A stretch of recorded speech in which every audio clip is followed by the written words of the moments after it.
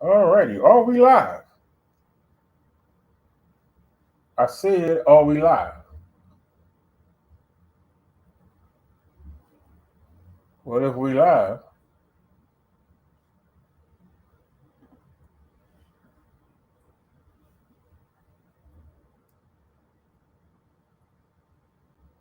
can we get started?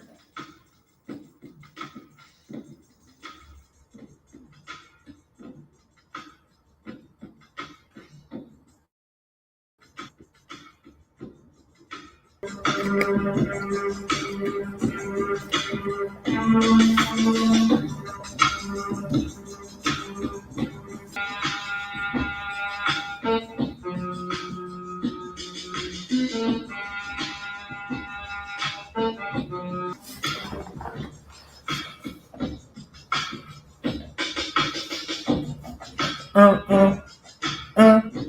Alrighty, welcome to the show, everyone. Welcome to the show. I know I'm on late. We on the late night. That's because I've been working all day. First off, we went out 3 days in a row, which for me is unheard of. We went out 3 days in a row. We went out 3 days ago. Then we went to the doctor's the next day. We rode all the way out to the far doctors. I got the video on deck. I got the 360-degree video on deck. Then we went out yesterday and got steaks. The brakes went up again on Bessie, and they down to the nub, so ain't no adjusting them.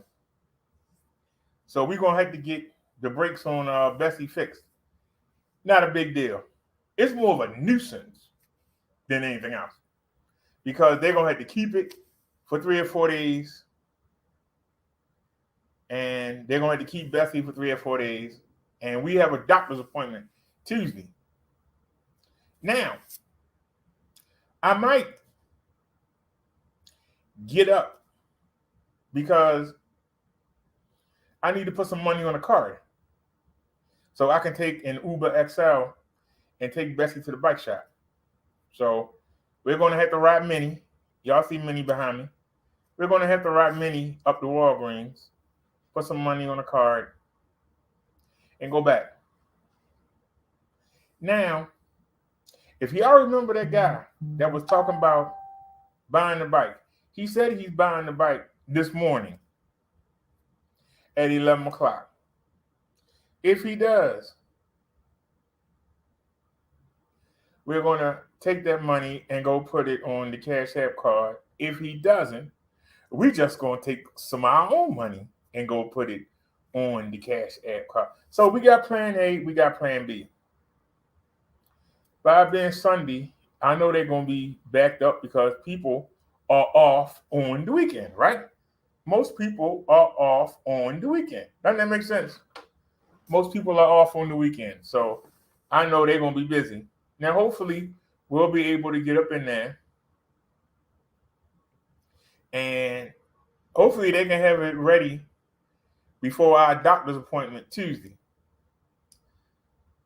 The good news is it's the close hospital. It ain't the far hospital like I'm going to show you later on in this video. It's the close hospital. So we don't have to go all the way out. We don't have to drive that 7 point whatever miles. We only have to drive maybe 4. So we've taken Minnie out there before. So she can do it. If push comes to shove, Minnie can get us out there, but we don't have to go back out there until the 22nd.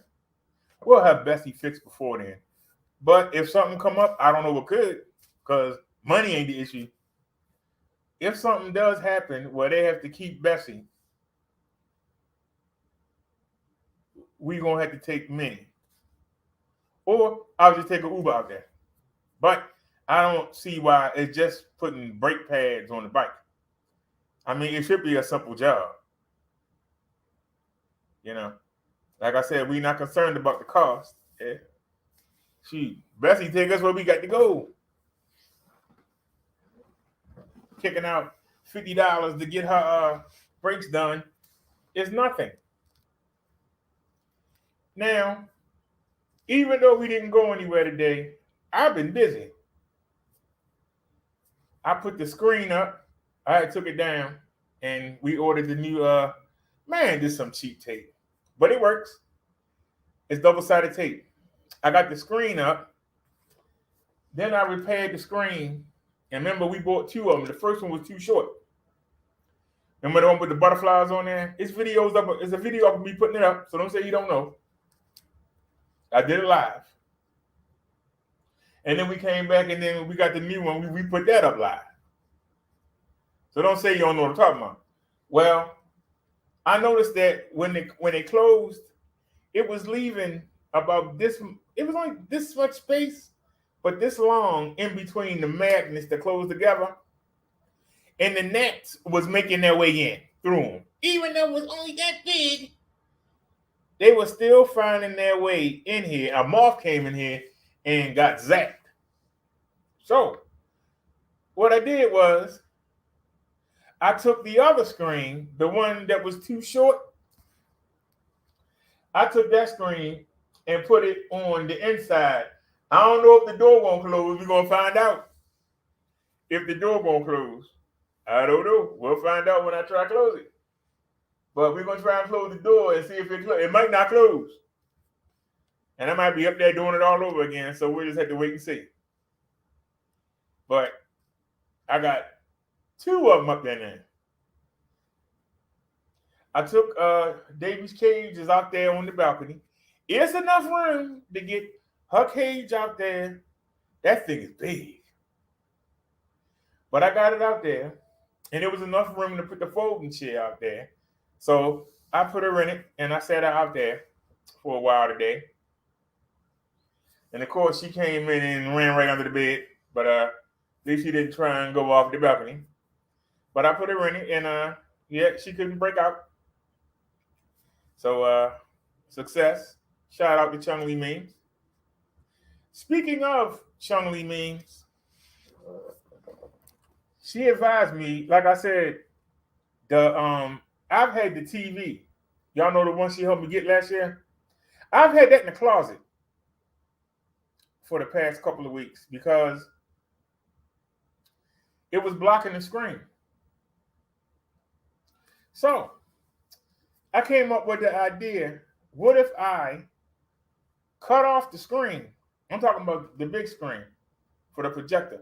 What if I cut off the screen enough to let me still see it, but yet be able to sit here and do the show? So this much of the screen, let me make sure I got the dimensions right. This much of the screen is cut off. I zoomed it in. And so this much of the screen is cut off in order to allow the TV to sit here. For those of y'all who say, well, I don't see what the big deal is. A picture is worth 1,000 words. And let me show you. I ain't got to tell you. I can show you. Shout out to Chung Lee Memes. This was her idea. She saved me a whole bunch of money. I was going to spend $400 or $500 on TV. We got the projector for $48 with tax. And it came with the screen. All I had to do was buy an HDMI cord, and I bought the tripod. And it's sitting over there. Let me share the screen here real quick. I want y'all to see the difference.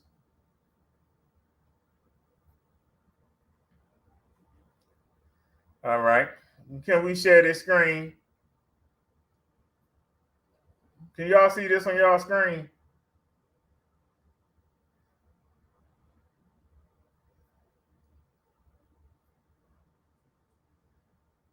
Is there a way to like blow this up? Is there a way to blow this up? Anybody know how you blow this up? I don't understand this power adapter thing. Anyway, main menu, open, save as. What about options? You ain't telling me nothing. This program sucks. I can't wait to get our new computer next week. I can't move it.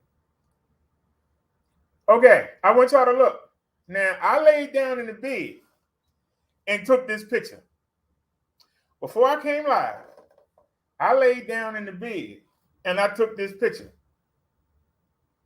Now, keep in mind, I zoomed it in to keep so the TV wouldn't block the screen. This is actually a live shot. This is a shot I took before I started the show. I turned the light off. And I want y'all to see the difference. Look at the 32-inch smart TV. Look at the projector. Y'all are seeing the exact same image because I have it on the TV and the projector. They both producing the same image at the same time. And I shot this from across the room. Now, sitting here up close, the TV looks better than the projector up close. From across the room, I can make out the words on the projector. I can't make out the words on the TV screen. Somebody talk to me, y'all. Listen. Sitting up close, the TV picture looks better up close. But I was back there laying in the bed. Not on the edge of it, all the way at the top. All the way across the room. I took this image. Why does the TV look like that? For those of you who said that I was moaning and groaning about not being able to read the TV screen, this is a picture of Project Runway. And this is one of the judges on there. And you see his name. You can read it. Can you read it on the 32-inch?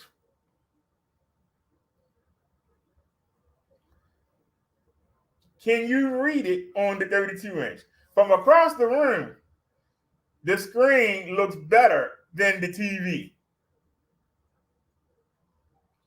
The projector is standard HD, and so is the TV.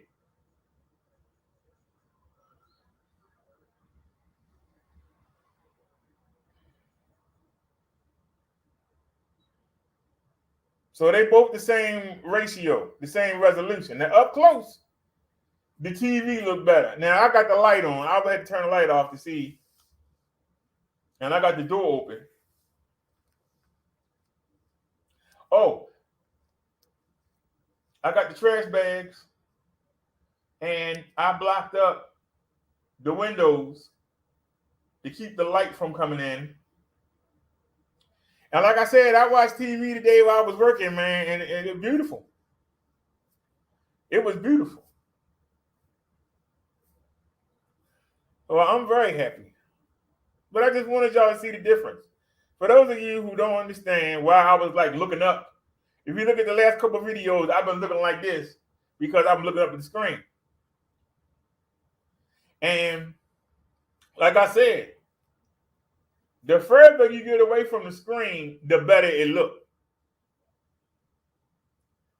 The closer you get to the TV, the better it looks. So when we look at the video later on,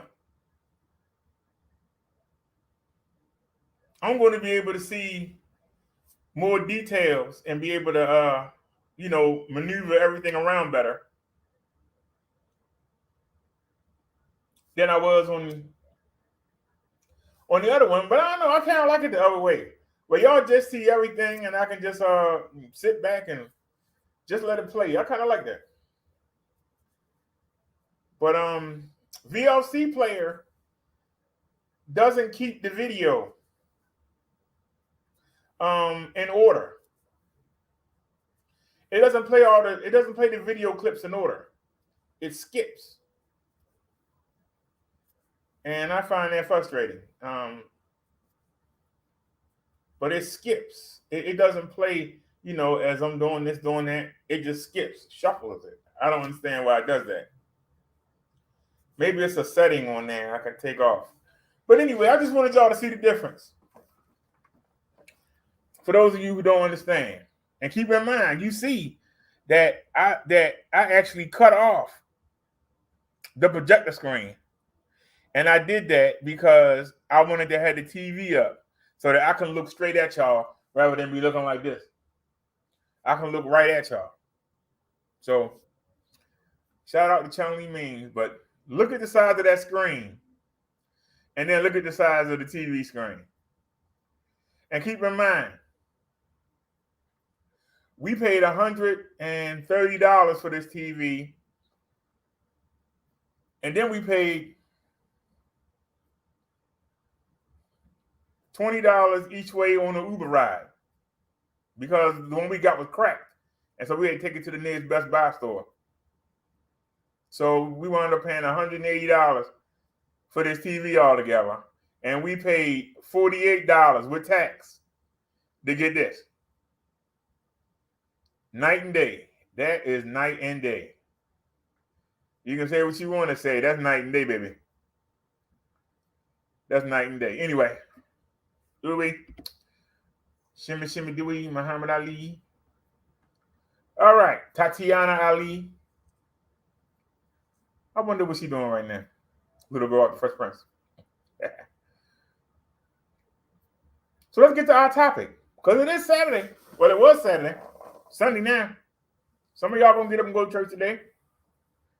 You can get a little churching right now. And you ain't got to get dressed up for it.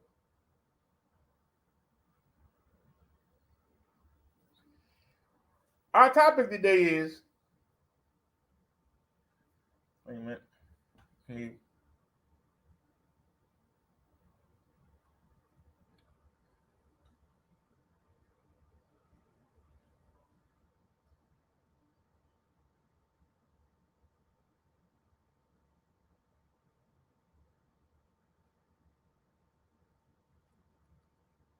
All right, hold on a sec.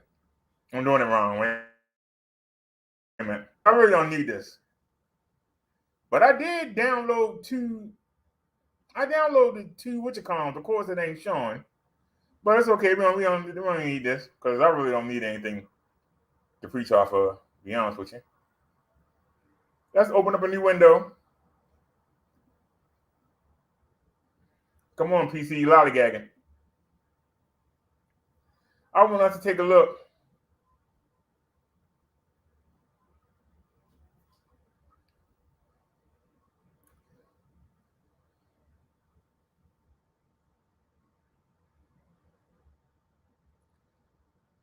We're going to focus right here. Jesus and Peter.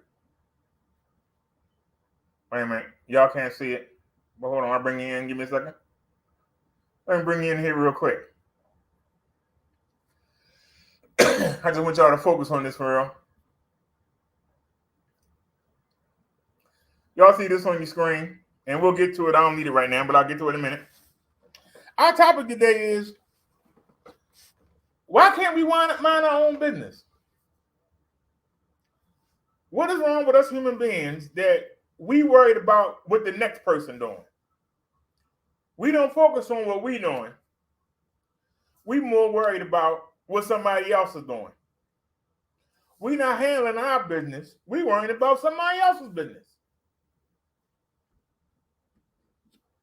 I'm seeing this a lot.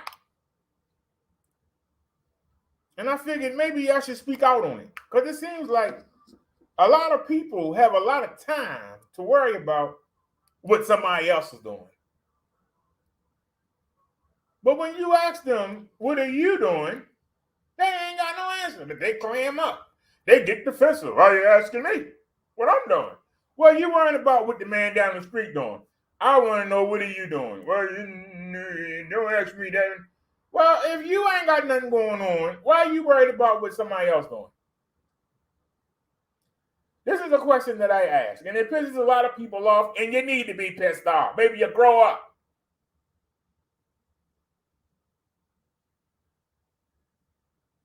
Don't lie to me and tell me that you want to walk with God and Jesus, but yet you can't handle your own business. You always worried about what somebody else doing.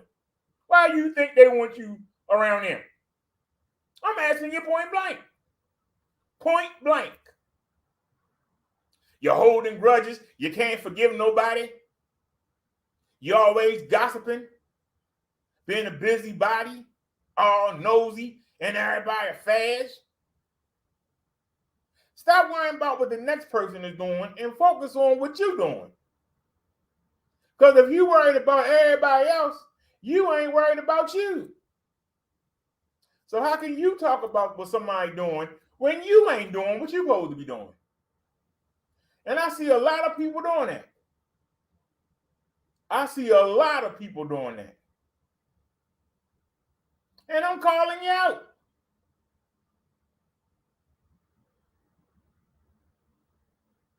Get yourself right so you can get a relationship with Jesus and God. And then you can stop lying to yourself. Stop lying to your people. Stop acting like you holy when there's holes in your logic.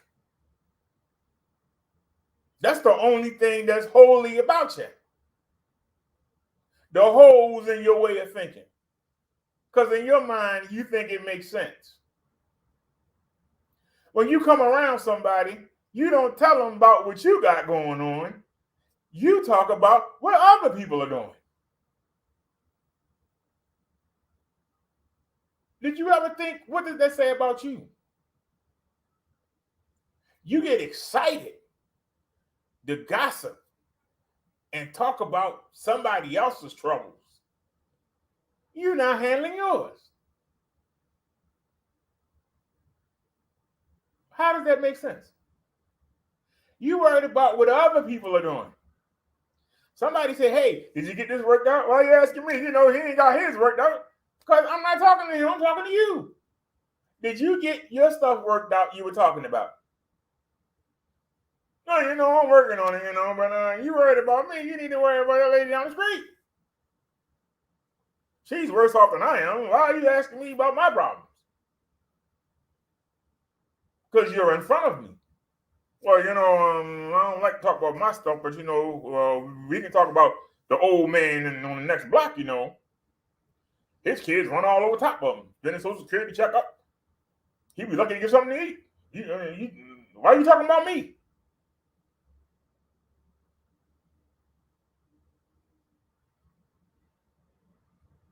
We more concerned about what somebody else is doing instead of what we're doing. And a lot of times, the person that's worried about everybody else ain't doing nothing. Ain't got nothing going on. But sitting around talking about what other people do. Well, you know,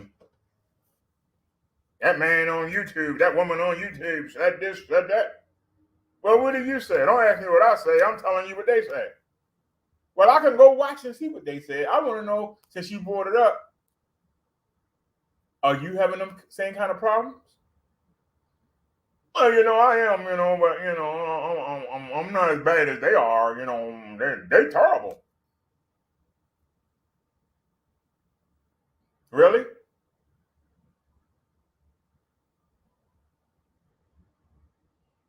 Really?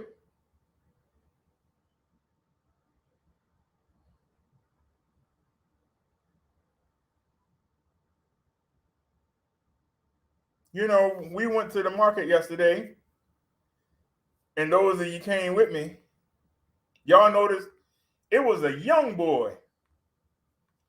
He had to be about 20 something.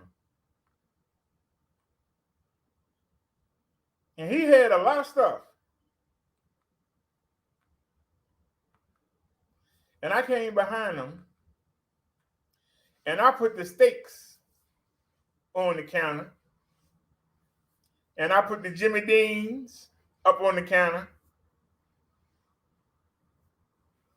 And he turned around and saw what I had, and he turned to me and he smiled. The two people behind me were like this. I realized the young boy that was in front of me, he had the stipend card like I did.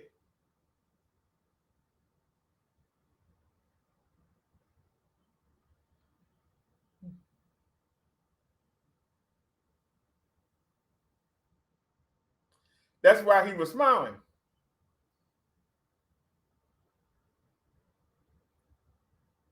The people that were behind me had a look on their face. And this is when 360-degree camera would come in handy. They were looking like, he got that card. How can he afford the steak?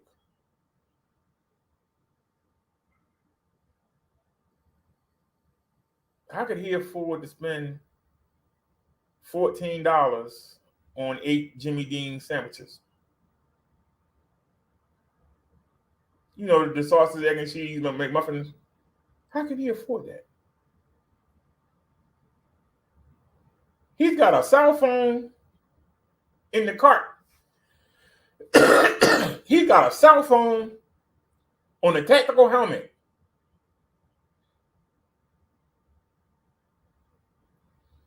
This is what they were thinking.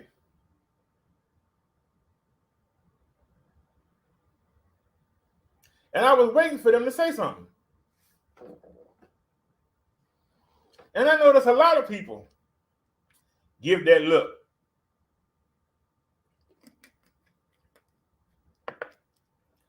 We can't leave the building without being accosted.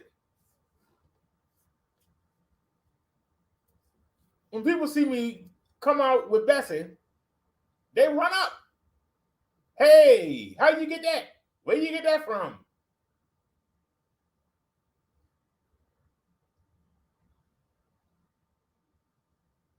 These people have been living in this building a lot longer than I have. I'm in my second month.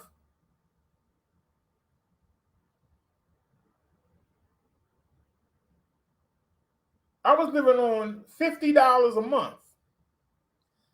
After I paid my bills, all I had left was $50. And yet we did it from 2017 all the way up to April.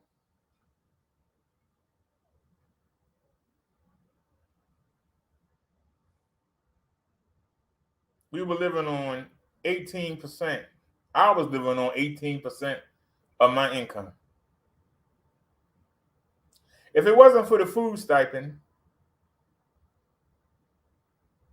and the few donations that came in, and shout out to everybody who donated, I appreciate it because you helped me get through it,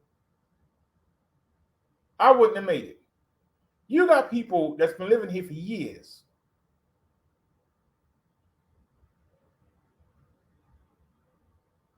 I'm only in my second month. I've already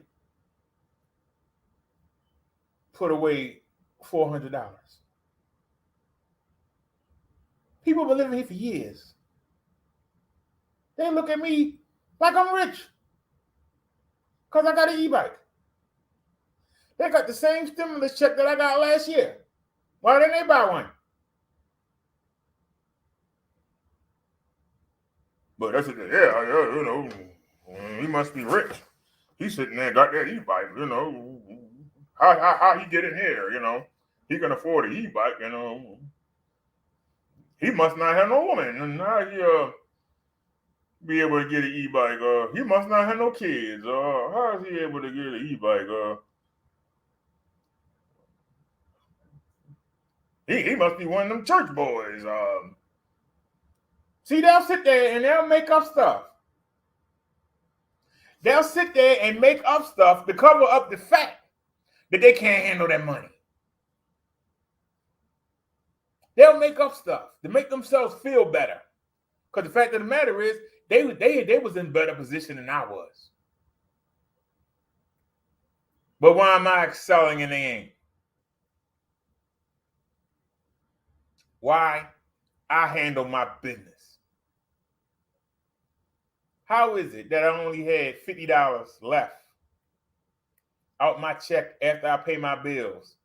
How is it that I still was getting stuff for the show off Amazon?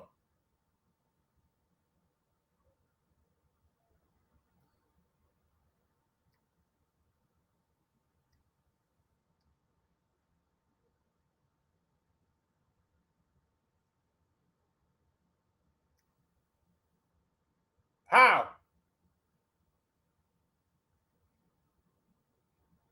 I'm living on 18% of my income. They living on 70. They got the same stimulus check last year that I got. So they should be balling. Can you imagine if they give us another stimulus check?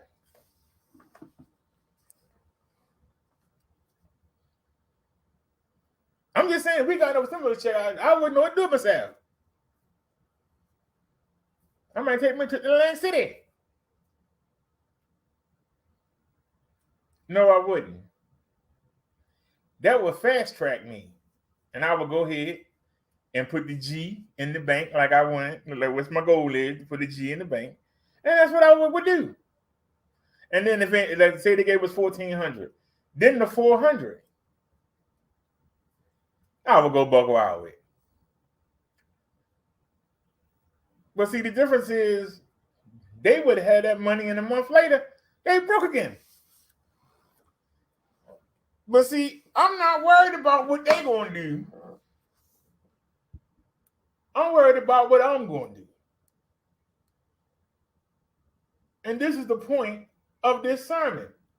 If you focus on what you're doing, you ain't got time to worry about what somebody else is doing because you doing you.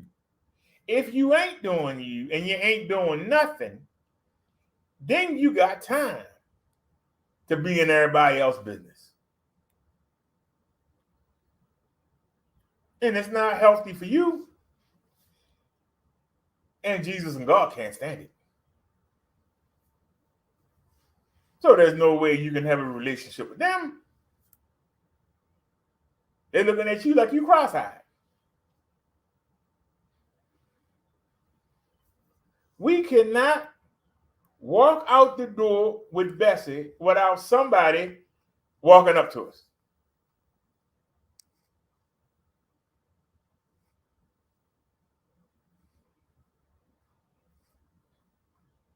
Y'all do realize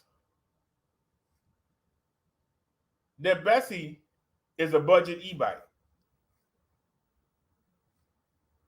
Suppose we hadn't sold Marsha to Mud Duck. Suppose we hadn't sold Marsha to Mud Duck. Could I walk out the door with Marsha? How many people would it cost me? He got a $2,000 e-bike. What the heck? You're a drug dealer. How you?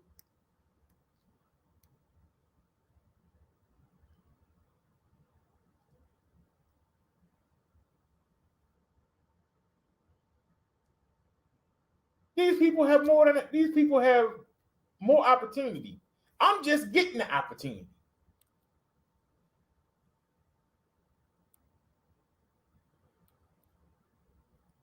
But see, the majority of these people have never worked. The majority of these people have never had serious money in their hands.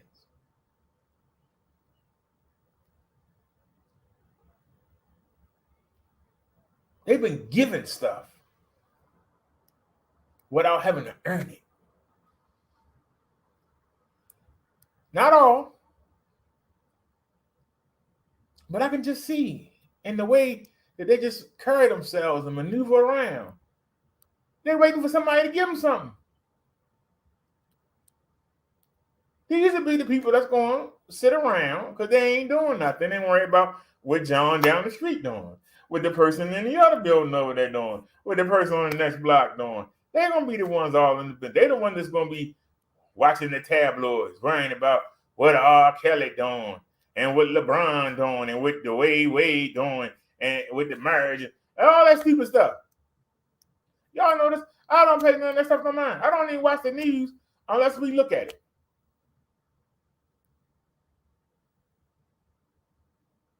I'm not concerned about what's going on down here on this earth because I don't expect to stay here. I'm just doing my time while I'm down here. I'm looking forward to moving on. I'm not putting all my hopes and dreams into anything down here because it's going to all fade away. It's going to be destroyed when Jesus comes back. So I'm not worried about this TV I'm looking at right now. I'm not worried about that projector sitting over there. I'm not worried about these two e-bikes because guess what? When I close my eyes, I can't take it with me. And chances are, the people who you can't stand is going to wind up with the things that you value down here. If that's the case, why should I give a darn? I'm just asking the question. Why should I care? It's in my hands today. It's in your hands tomorrow. It's in somebody in the next day hands the next year. Or what? When I get something and I'm done with it, I'm ready to give it away or throw it away. What am I going to hold on to it for? Let it be a blessing. It was a blessing to me when I needed it.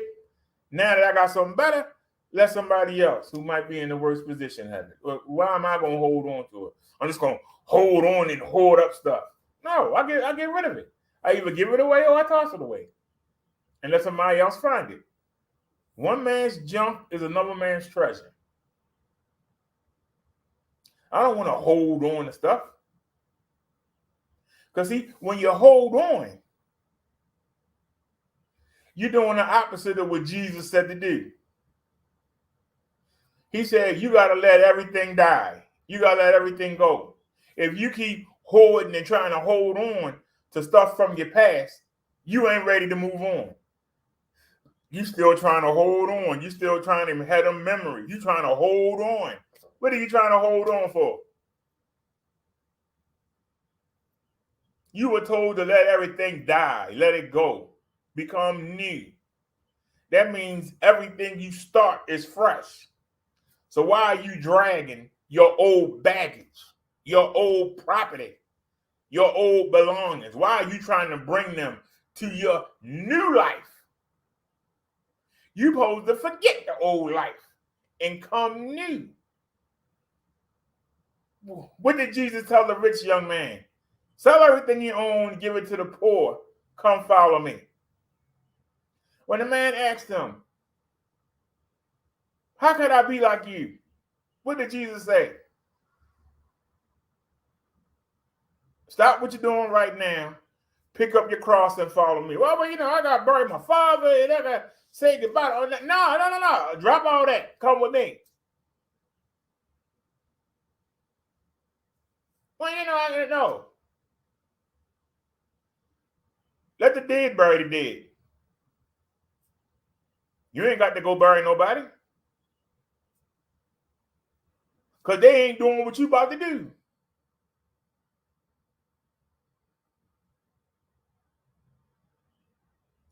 The person you worried about burying is going in lick of fire. So let the people that's going in there with them, let them bury him. What you got to stay back for? Do you want to come with me and continue on, or do you want to hang back with them and go in the lick of fire? You got to let that stuff go. Stop holding on. Stop looking back.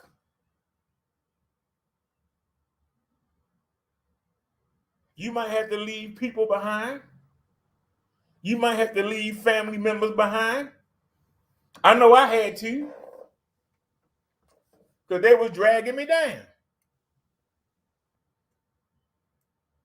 Don't say how you doing. Hey, you got any money? Hey, can you give me a ride somewhere? Hey, can you help me out? That done. Every minute. Now, how you doing? How you been? Anything going on with you?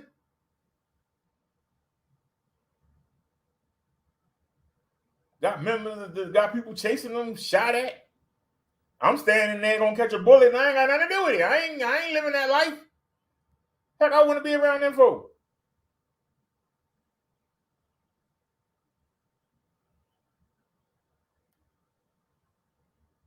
But somebody will say, well, that's the reason, yeah.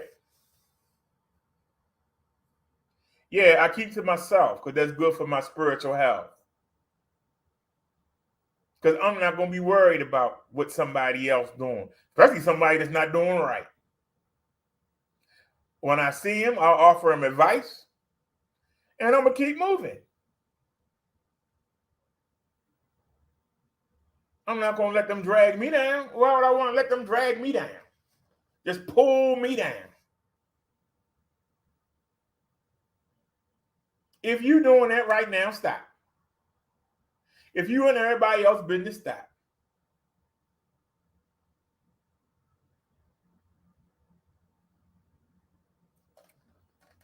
The one thing I found hilarious about YouTube was people would get so worked up about people they don't know.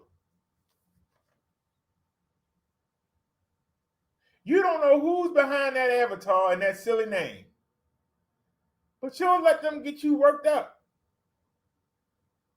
Don't you realize that most of the time when somebody is talking about you, they talking about themselves.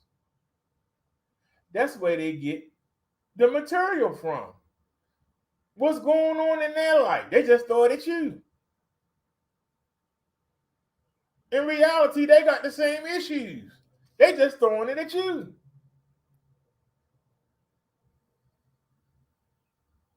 So why do you let that bother you?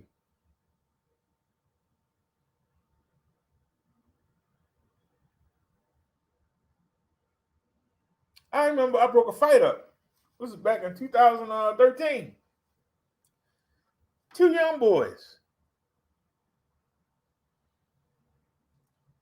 One of the young boys said, "Don't tell me what your mother said. Ain't she a crack addict?" And the boy wanted to kill him.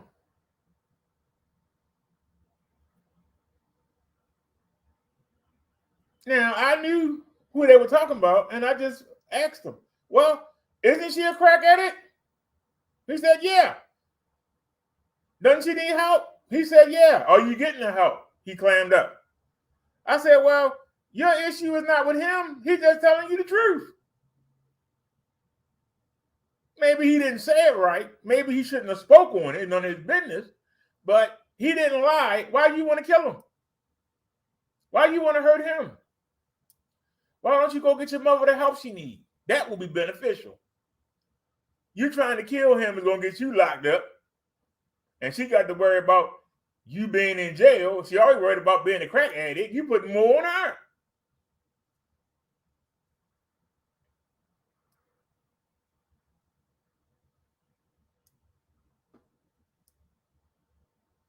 What happened to good old-fashioned logic?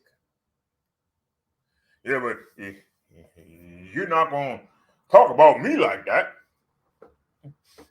Why do you care what somebody else say about you? Especially somebody ain't doing no better than you is.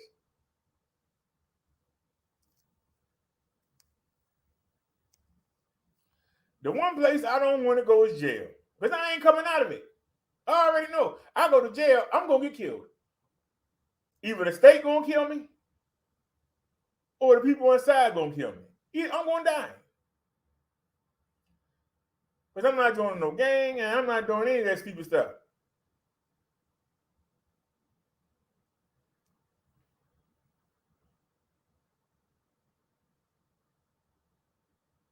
And somebody going to pay the guards, and somebody going to sneak in there, and they going to shank me when I'm asleep.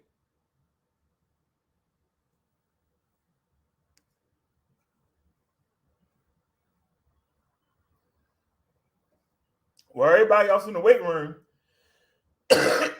lifting weights, I'm going to be beating the weights up. While everybody leaning on the fence, I'm going to be beating the fence up. While everybody leaning and running their mug across the jail bars, I'm going to be trying to break them. They're not going to attack me straight up. It's going to be a sneak attack. I know this.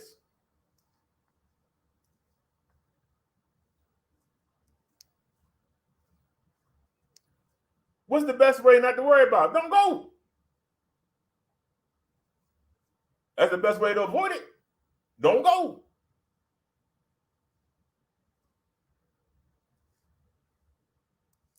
Don't tell me about how you can survive it. Don't go. You ain't got to worry about it, right?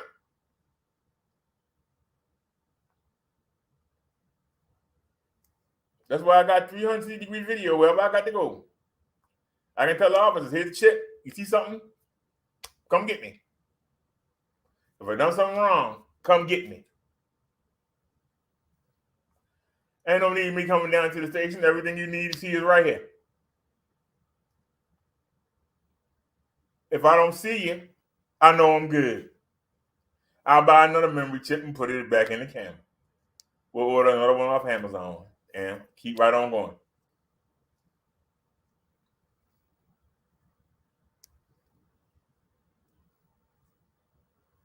When you are beyond reproach, all people can do is talk about you to make themselves feel better. Can I say that again?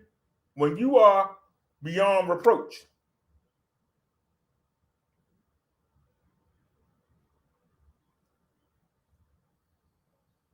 back in 2017, somebody told the people, and we had some of the same people, that I was a scammer. The problem is, I show everybody who donated to me tracking numbers and everything.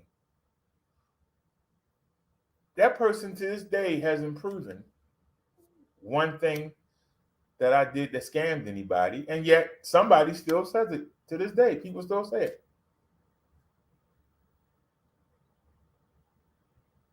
Because people want to believe the worst in somebody else so that they can hide the worst that's in themselves. You want to find something wrong with everybody around you to justify the wrong that's in you. As long as you're doing that, you separate yourself from Jesus and God. You separate yourself from them and you pull closer to the devil and his demons.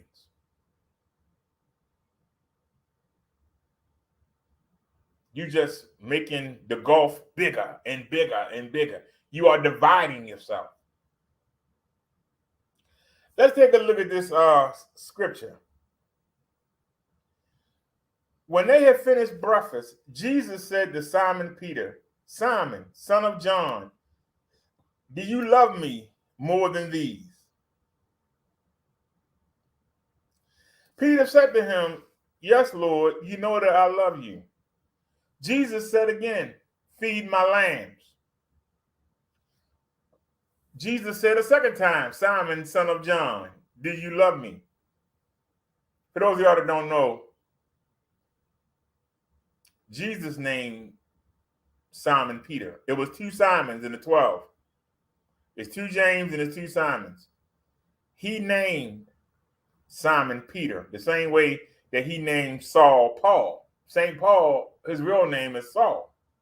That was the name that his parents gave him. Jesus changed it to Paul. Nobody's never put together why they both start with P. But Peter starts with P. Paul starts with P. I digress. Let's get back to this. So the second time Jesus said, Simon Peter, do you love me? And once again, Simon said, yes, Lord, you know that I love you. And Jesus said to him, tend to my sheep. Then Jesus said to him a third time, Simon Peter, son of John, do you love me? Simon Peter was grieved because he said to him the third time, do you love me?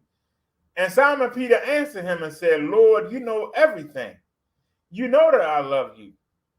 Jesus said to him, feed my sheep. Truly, I say to you, when you were young, you used to dress yourself and walk wherever you wanted. But when you are old, you will stretch out your hands, and another will dress you and carry you where you do not want to go.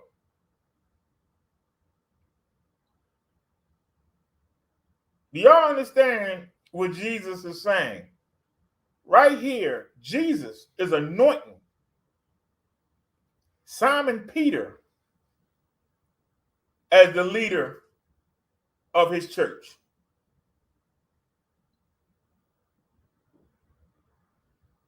When you were young,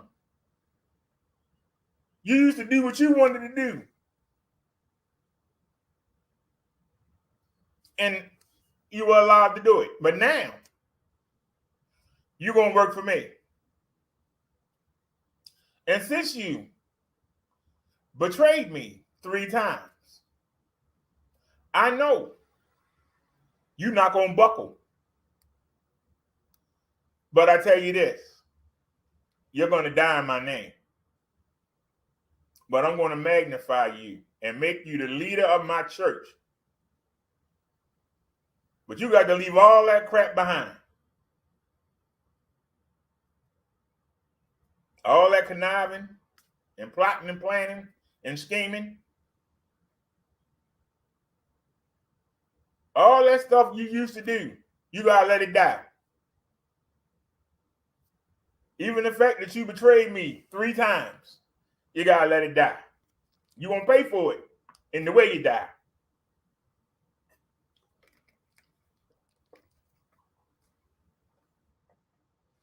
And if I'm correct, I believe Peter was crucified upside down. If I'm correct. Somebody correct me if I'm wrong.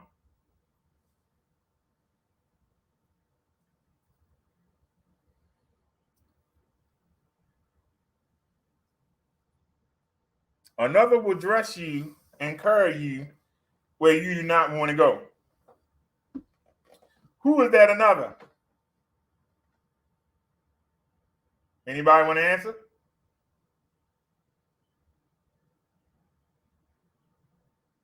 You did what you wanted to do. Now you're going to do what I need you to do. You're going to carry my message.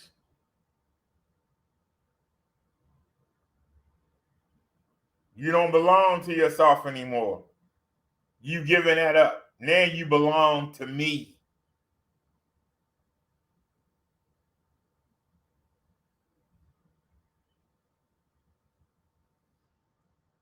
Now somebody added this in here. This he said to show what kind of death he was going to do to glorify God.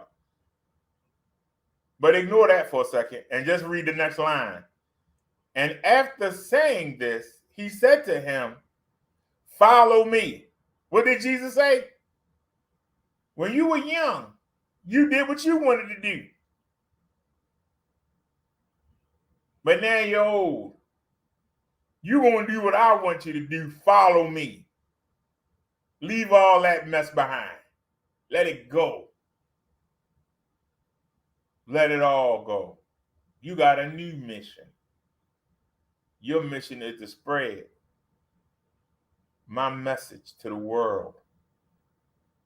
You ain't got time for all that dumb stuff you used to do. You ain't got time to be worried about somebody else. But let's keep going and see if Simon Peter actually listened. Simon Peter turned and saw the disciple whom Jesus loved. Now, this is the translation that the Romans stuck in here.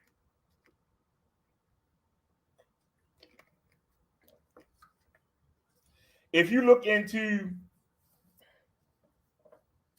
other texts, you'll see it was the disciple who Jesus was said to favor.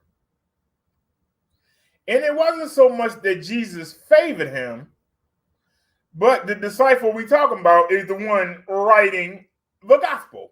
We're talking about John, who was the youngest and used to spend the day leaning up against Jesus, absorbing everything he can get from him.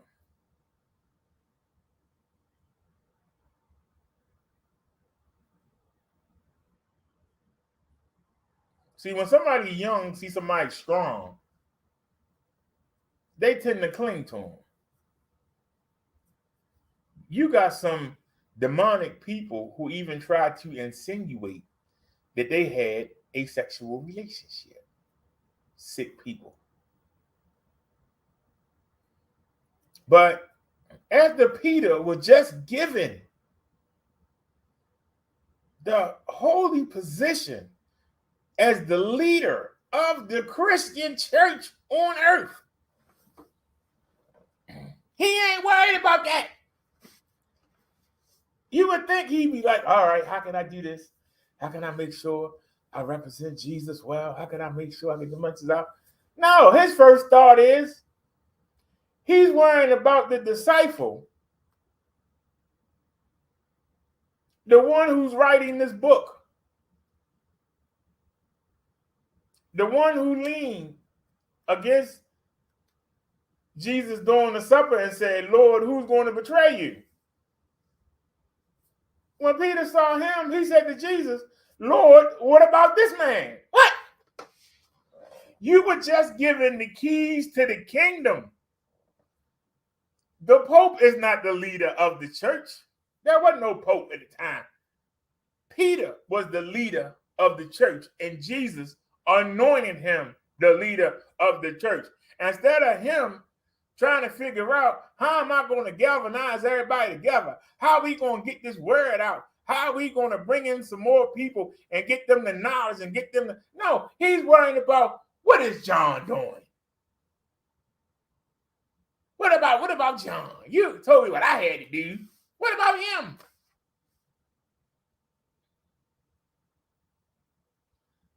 Jesus gave him control of the ministry. He's not worried about that. He's more worried about, well, what about John? What John gonna do? Because he's the one that been hanging with you all this time. He's the one that been leaning on you and sucking up all the information. You gonna send me out there to get killed? What is he gonna do? Just sit back? What he got to do? See, he's more worried about what John is doing instead of worrying about, how do I handle this new position I was given? Do y'all see how this ties together? Even back then, this man was just given the keys to the kingdom. This man was just made the leader of the Christian church. And he's worried about what that little boy doing.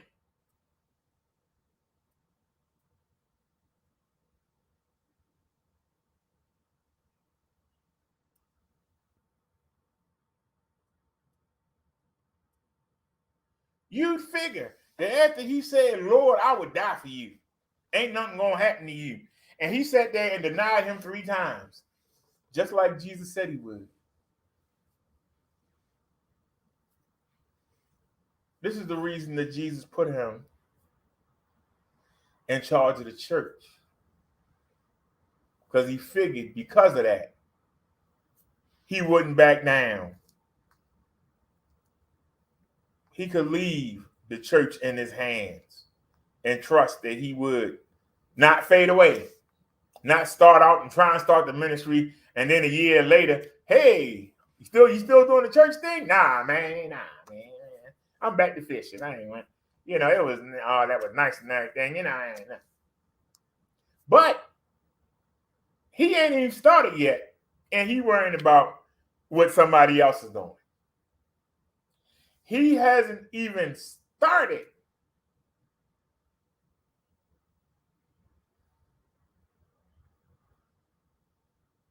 Instead of being happy with the news that he is anointed by Jesus to be the leader of the new Christian movement, he's more concerned about, well, if I'm going to be the leader of the church, and the young boy was leaning on Jesus all the time, What is he going to get? He must going to get something really good. I'm going to be the leader of the church. So what's he getting? He getting money? He getting gold? He getting what? What is he getting? See, he's not handling his business. He's worried about what somebody else going to get. One or two, he's scared. Well,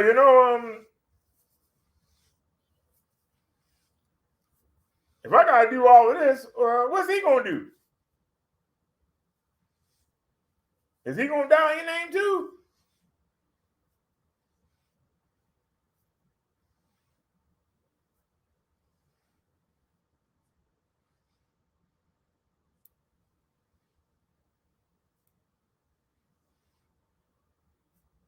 Do y'all understand? When Jesus saw John, he said to Jesus, Lord, what about this man? And Jesus said to him, if it is my will that he remain until I come back, what's that to you? You follow me. Hold on. Stop right there. Let me read that again. When Peter saw young John, he said to Jesus, Lord, or what about this man? Well, you made me leader of the church, and I know I'm going to die for you. I know I got to do all that. Oh, what he going to do? He must really going to get something nice. One or two, if I got to die in your name in an amazing way, how is he going to die? Well, John didn't betray him. Peter did 3 times in one night. John didn't betray him. But see, Peter ain't thinking about that. He's still thinking, he was closer to Jesus than I was. I betrayed him, and yet he made me leader of the church. So what's he going to do with him? Instead of focusing on being a great leader, he's more worried about, well, what's going to happen with the young man? Instead of focusing on what he's supposed to be doing, he's worrying about what the young man got to do. And Jesus told him, what is that to you? You follow me. Don't worry about what John's doing. Don't worry about what James doing. Don't worry about what Mary Magdalene doing. Don't worry about what Pilate doing. Don't worry about what Peter Augustus is doing. Don't worry about what Satan doing. Don't worry about what Abraham did. Don't worry about none of that. You follow me.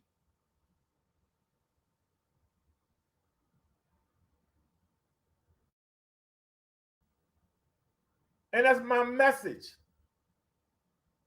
to you. Follow Jesus. Find out what he wants from you. Stop worrying about what the man down the street doing. Stop worrying about what the old lady on the corner doing. Stop worrying about what the fools on the next block doing. Stop worrying about what the mayor doing. Stop worrying about what the daggone Supreme Court doing. Stop worrying about what the president doing. Worry about what Jesus Christ wants from you. That should be your concern. And if you're focusing on that, you ain't got time to worry about that. If you getting yourself together, you ain't got time to worry about what somebody else doing. You ain't got time to worry about what the daggone football team doing. You ain't got time to worry about what the high school basketball team doing.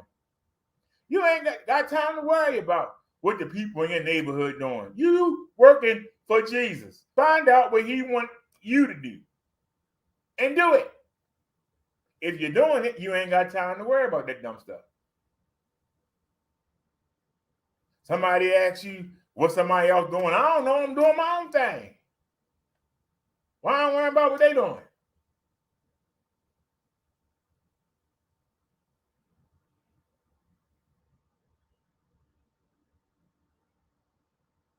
Don't y'all find it strange with all the people that I used to be in roast battles with?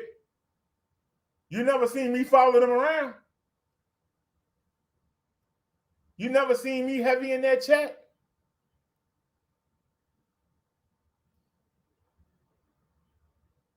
Because I ain't worried about what they doing. They was an obstacle. I roll over them and keep going. I got stuff to do.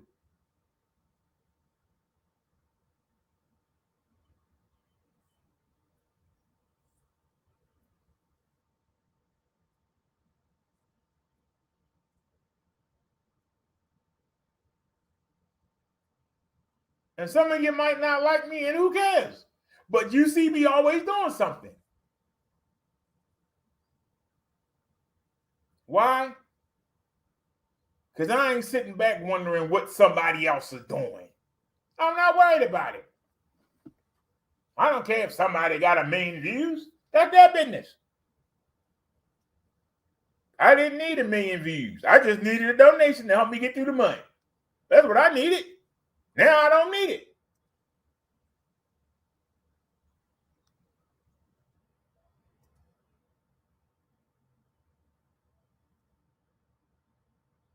There are people on YouTube that still need donations, and God bless them. Thankfully, I ain't one. I used to be.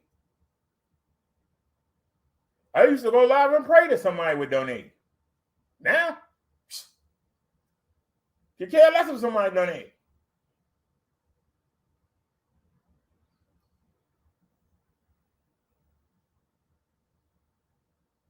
I'm on YouTube doing a religion because I was commanded to come do it. And if I come live, it's for the health. I hope that you come with me on my travels, and hopefully you imitate what I'm doing, and maybe you'll be living better and be in better condition. I know I am. You see how fast I'm walking now? Do you hear me breathing hard? Ha, ha, ha. No, you don't. You see me flying around on that bike? You can get off your butt and do it too. I'm showing you how. And I take you to the hospital. Until we got caught, I was taking you to all the appointments and everything.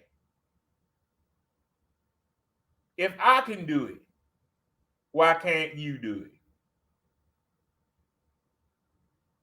If I can do it, why can't you do it?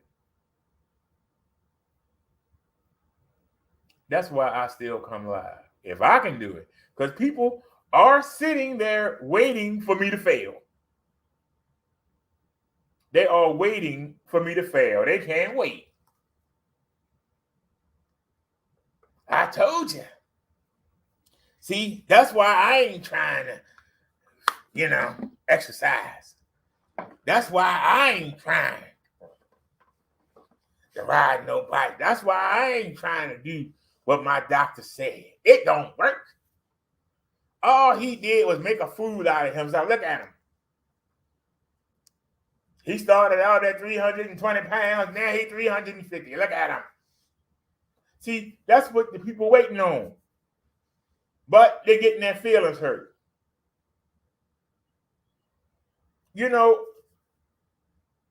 I've been feeling bad these past couple of weeks. And not health-wise, mentally.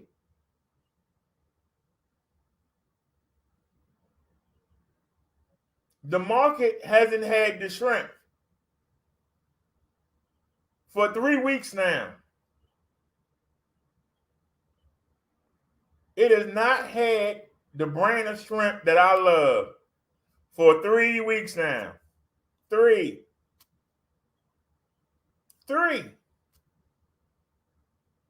We've picked up weight because we've been eating steak and a couple other things. Why? Because I got more money. This was my fear. We had got as low as 242. Now we hovering around 250, 251. I'm concerned. But I went to the doctors the other day. They told me you're doing great. I'm upset.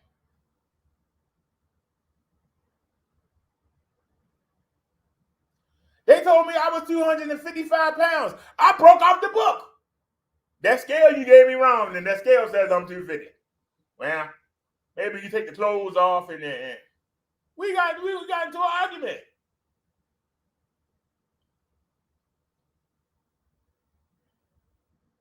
They took my sugar and said, your sugar's 120. I got it right there in the book. My sugar was 110. No way. Yeah, I fought with them over that. Well, what's 10 points? It don't matter. You gonna tell me that I rode the bike almost 8 miles out there and my sugar level went up 10 points? My weight went up 5 pounds? I should have lost 5 pounds riding out there. We got into an argument. That's one time I should have been recording. You'd have heard me chump them people down. Well, everything looks good and all. If you keep this up, you won't have to come back. God darn it, I want my credit. Don't try to cheat me up my credit. I know what I've been doing.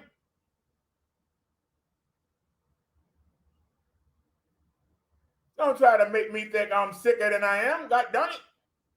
I'm doing what I'm supposed to be doing. I want the respect. I'm doing what I'm supposed to be doing. And I want to be treated as such. Don't try to cover up or put things. No, I got angry. I'm busting my butt. Ain't nowhere in the world. I rode almost 8 miles out there. We didn't look at the ride. And I picked up 5 pounds. Like I'm stupid.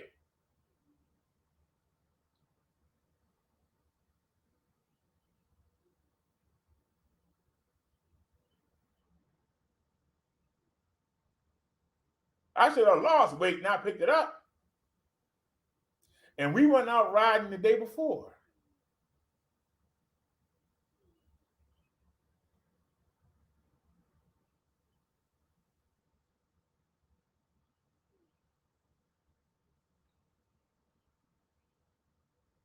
They wasn't going to talk me down.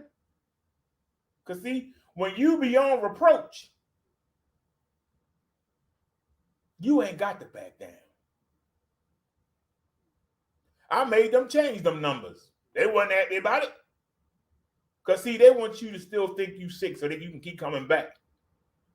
It got to the point the doctor said, well, look, you've been coming back every 2 months. Come back in 3 months. If everything's still the same, see, they still want to give me my credit. But if everything's still the same, you might never have to come back again.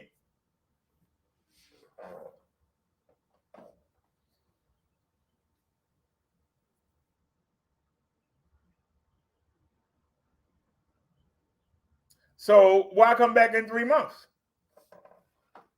Why not just say, hey, you ain't got to come no more? Well, in 3 months, if you keep this up, you won't have to. I would think the endocrinologist would send me back, or the cardiologist would send me back, or the general doctor would send me back. If I'm doing well enough that I don't need to come anymore, why we still got to wait 3 more months and give y'all some more money from the healthcare company? Do y'all understand what I'm saying? Well, we're going to get one more out of them, and then we're going to cut them loose. We're going to get one more payment out of them. And hopefully, in that 3 month time, without us riding him, maybe he'll fall back, and then we can keep scheduling. Do y'all understand? Do y'all understand? But when you doing what you supposed to do, you are beyond reproach. And if you are unapproachable, can't nobody get in your way. When you start taking shortcuts, that's when the devil comes. When you start taking shortcuts,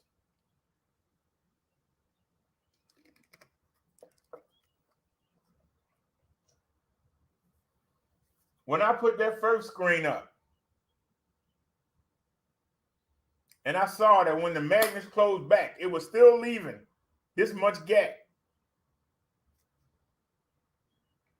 I sprayed bleach water on the screen to discourage them. It worked for the flies. It didn't work for the nets. So finally, I saw one fly in. So I closed the door and turned the air on. Then the air conditioning was bugging me because it was 60-something degrees outside. So I turned the air off and opened the door back up. And I said, you know what? I'm going to figure out a way to block.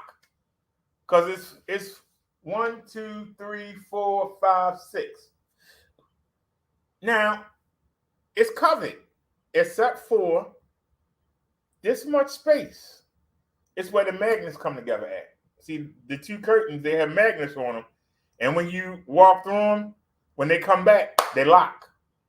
But something's not right. And so it leaves a gap. It's only this wide. But it's this long. It's this long and it's this wide. And they were still finding their way in. So what I did was, first I took one half of the other one, the one that had the flowers on it. I put that and set it up so that the first gate could open, but this gate was attached to one side and it would hang over and it would block those slots. Then I said, well, why don't I just put the whole thing up? So I took that down and then I put it up and now I got the whole thing. And something then fell already. Are you serious?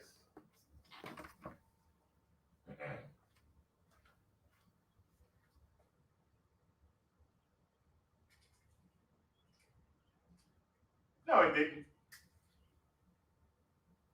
It didn't fall. That was just one we think it did. Uh-oh. Come on with you. Letting something in. Up. Yep. Side came down already. Shucks. Side came down already. And I'm running out of tape. And I bought 2 rolls.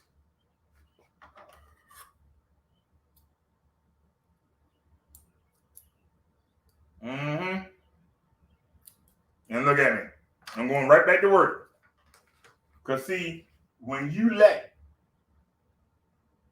the devil attack, fix it. Don't sit back. Don't see something and not do nothing. You allow him. Because one part will come down, and then the other part will weaken. And then the whole thing will come down. So you got to stay on it. That's how you win. So give me a sec here. Open up one set. Open up the second set. Bring the folding chair in. Now. Okay. Got closed back. Now. It's taped here, but it's not holding. That's all right. Give me some more. Go ahead and reinforce it.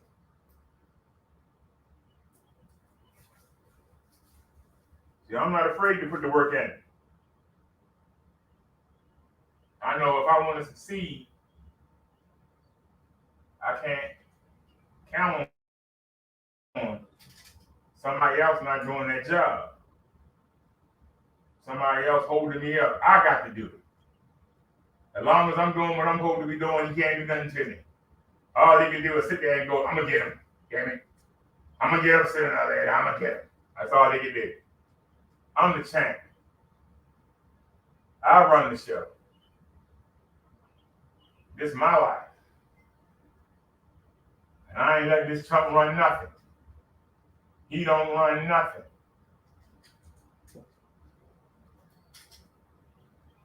I'm not going to let him run nothing. I'll run it. With the power given to me through the Holy Spirit. In Jesus Christ's name, I get the job done with his help. Not separate. I can't do it alone. But I'm charged with the responsibility. As long as I'm doing what I'm supposed to be doing, ain't nothing you can do. And that's what you gotta learn. When you do what you're supposed to do, all they can do is hate on you. They can't beat you. All they can do is hate on you. That's all they can do. So let them hate. I don't mind them hating on me. If I'm doing what I'm supposed to be doing, ain't nothing they can do.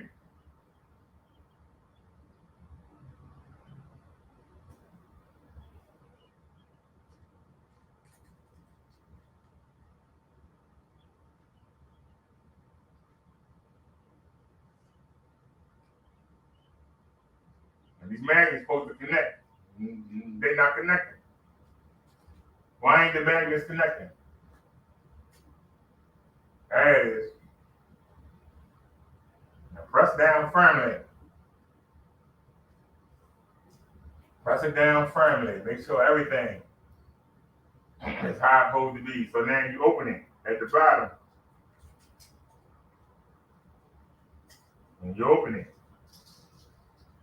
All right. There you go. See that?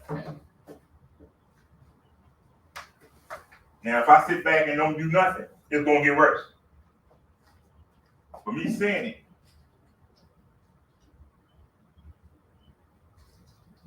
And that don't mean stand there and be waiting for something to happen.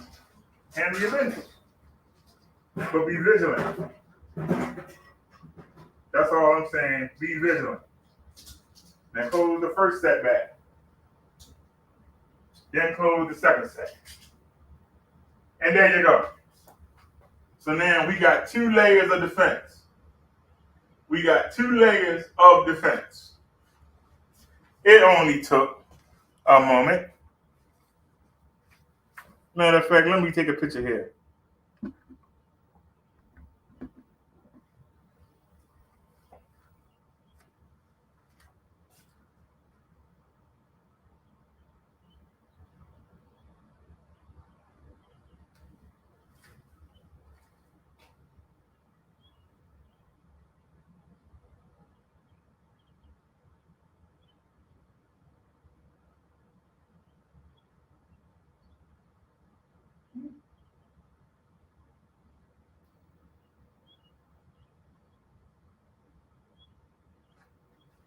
All right, take a picture up there. All right, let me show y'all. I have to take the pictures and bring them over to the Hangouts.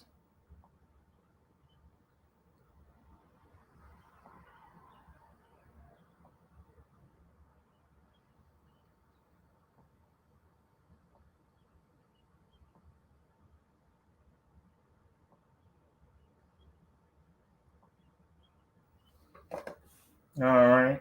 You can go ahead. We can go ahead and close that.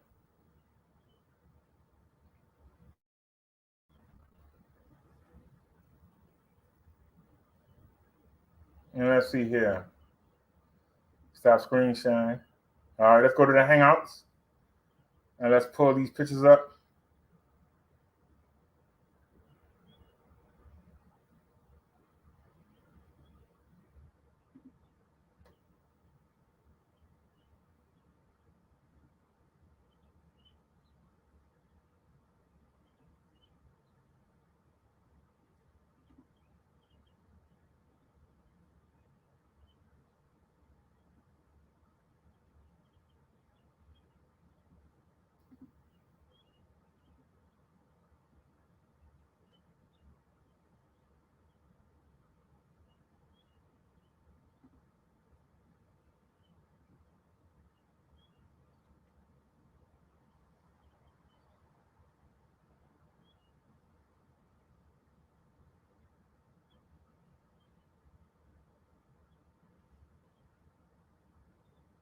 All right.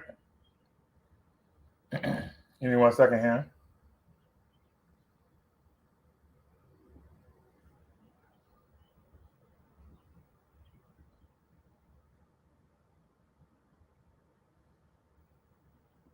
Will it show the whole folder?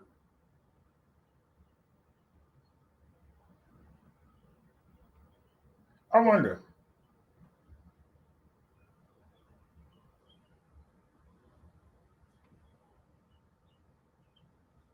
So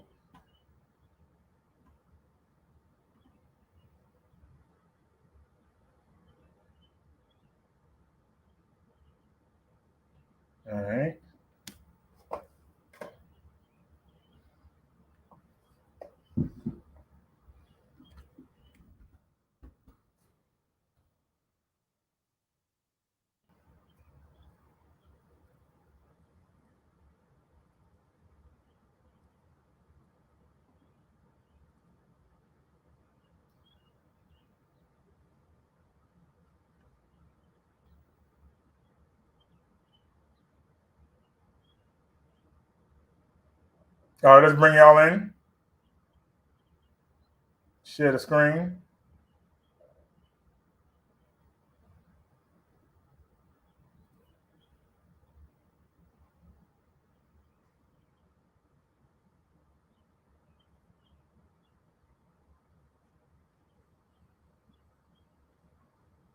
How do you manipulate it?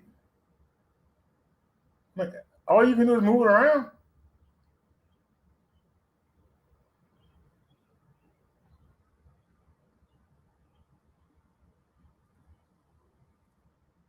Now y'all see the doors open. Now y'all see that it's two screens. This is the first one we bought. It was too short by about 6-7 inches. Now I have the box that Davies Cage came in at the bottom. So even if they make it, because it's too long on the first one, if they make it in, then they got to get through the second one. But I got that box blocking it. It also keeps Davy from going outside.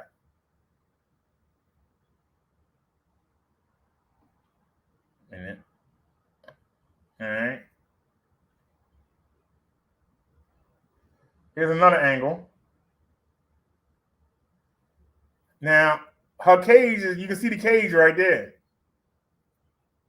But you can see it's two screens.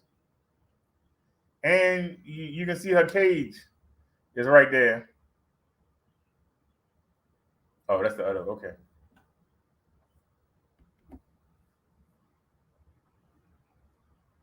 Now, like I said, it wasn't nothing spectacular about what I just did, other than the fact that I saw something.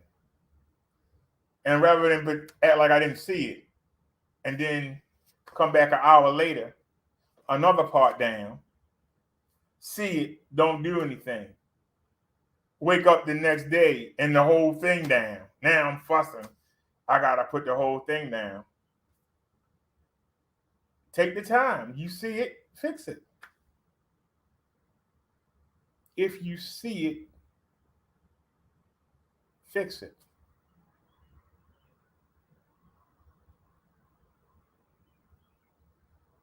Instead of talking trash, just fix it. Now I was talking about my ride to the doctors. Let's take a look at it. It's during the day, so I know how y'all like daytime footage. So let's take a look. Like I said, my only concern, it doesn't show you. But we start 2/20/9/11. So we go 9/11/1838.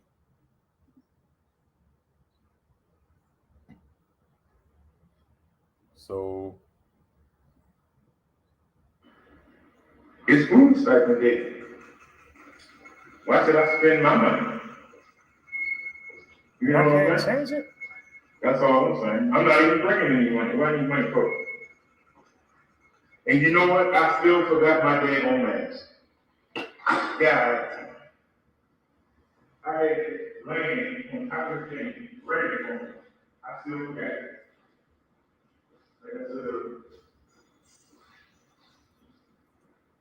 I don't know. That's nice and clear.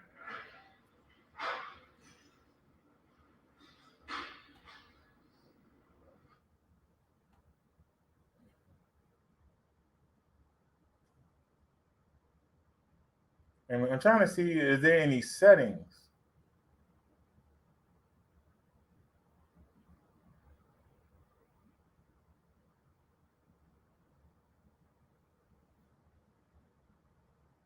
And then,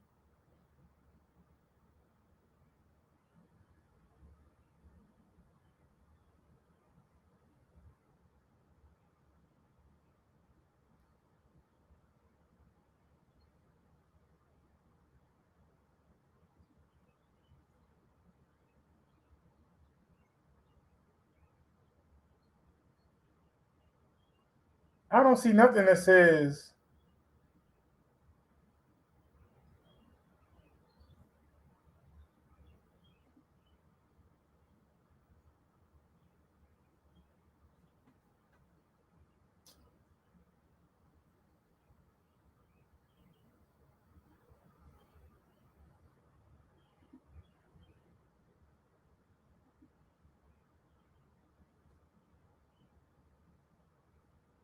It's something.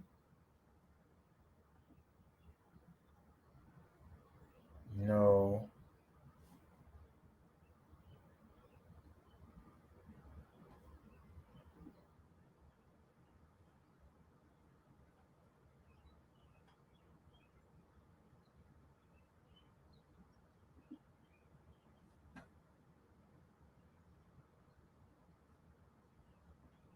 All right, let's try this then.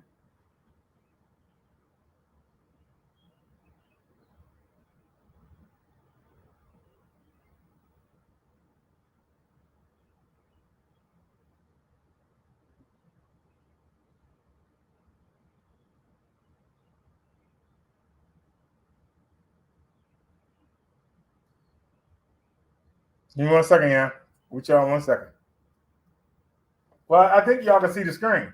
Y'all can see what I'm doing. I think. No, you can't.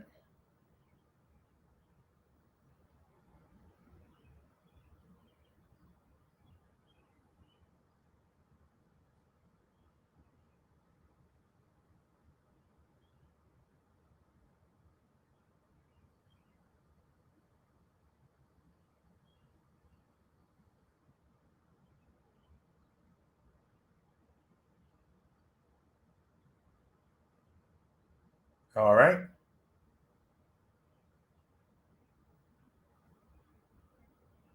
All right, so let's try now.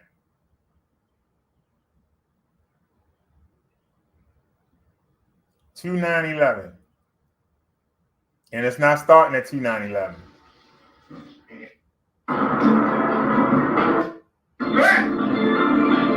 Go back the other way. 2911. There it is. It's food stipend day. Why should I spend my money? You know what I'm saying? That's all I'm saying. I'm not even bringing any money. Oh, we're looking at the wrong video. Hold on a second. And you know what? I still. My bad. That's yesterday's trip. We're looking at the wrong trip. Hold on a second. We're looking at the wrong. Hold on, yeah. I want to tell y'all the trip to the hospital. The long trip. All right, the first video is 1707. Let's go ahead. 1707, then 2633. I should take a picture of this. I think I got the common sense to be able to handle this. All right, play. 1707. Oh. You're a sweet thing. Thank you for getting me home safe. Mm-hmm. Yeah.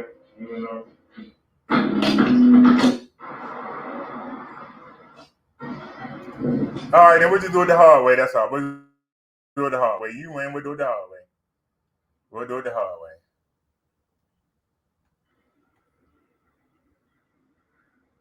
We gotta do it the hard way, y'all. My bad. It's just not gonna do it.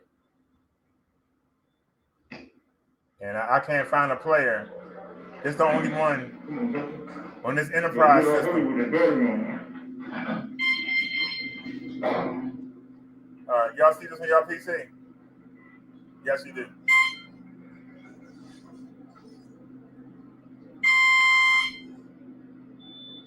And can I move it around? Yeah, okay. It's the only one I can move around.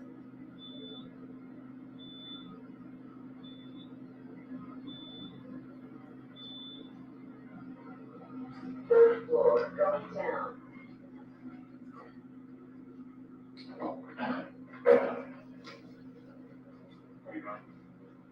Alrighty. Maybe? Yeah. Are you going first off? Yeah.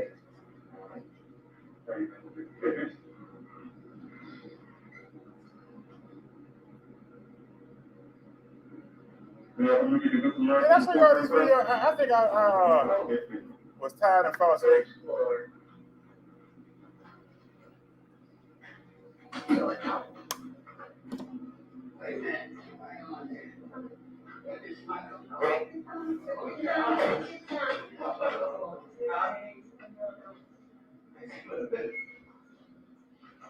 Everybody in them up. Everybody in them up. Got done.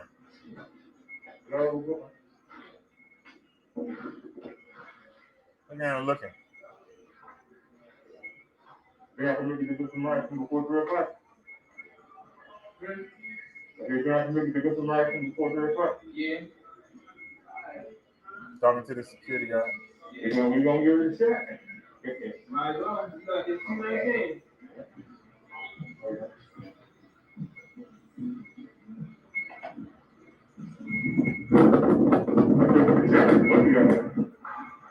That was 80 degrees. Oh, man, you ain't got time to go back. No. Do it. But we want to do it running on the other, man. Everybody coming behind them.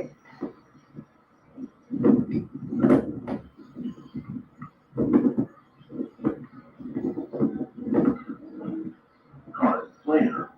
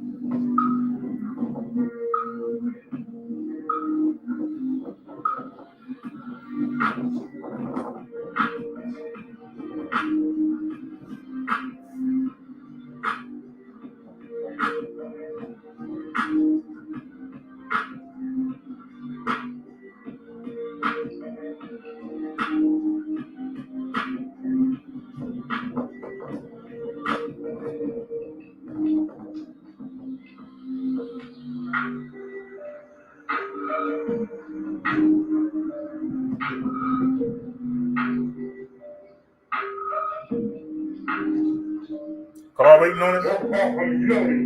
Yep. One person. Make us look that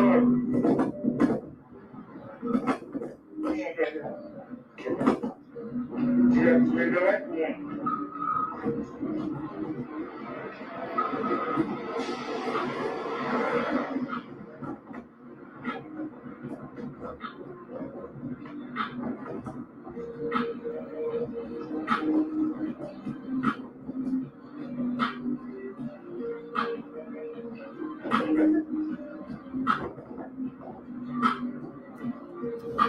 Yeah, we trying to hurry up and get somewhere, so y'all know.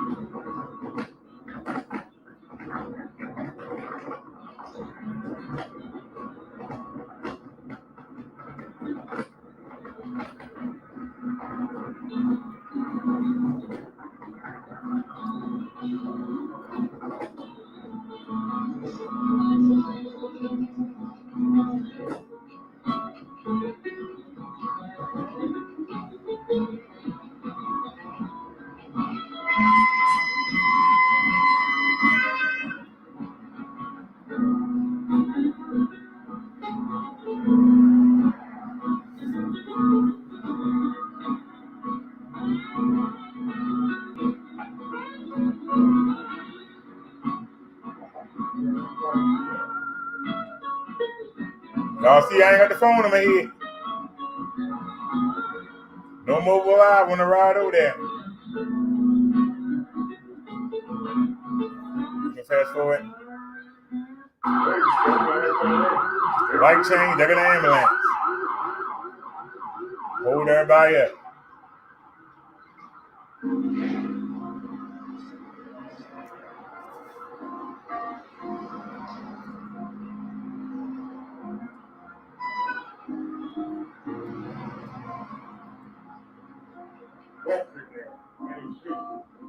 Can't see around the bus.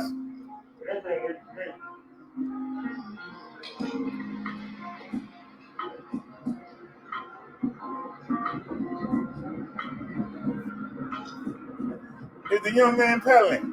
Are we pedaling? I said, are we pedaling?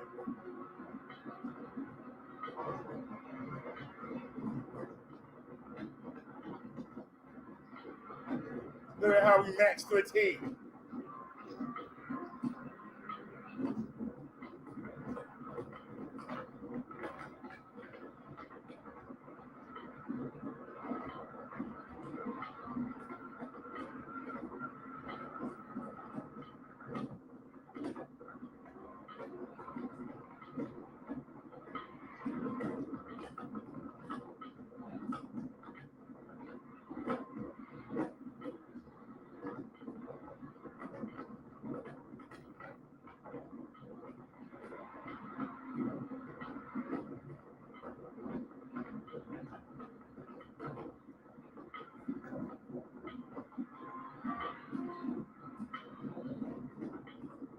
Y'all see how old this bridge is.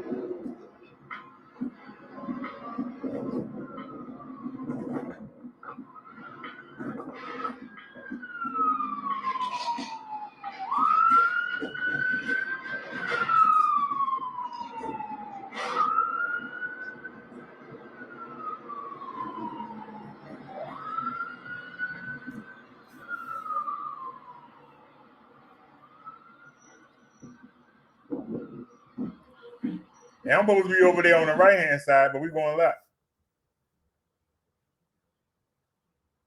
Oh, I didn't mean to do that. Hold on. So we got to do it the hard way.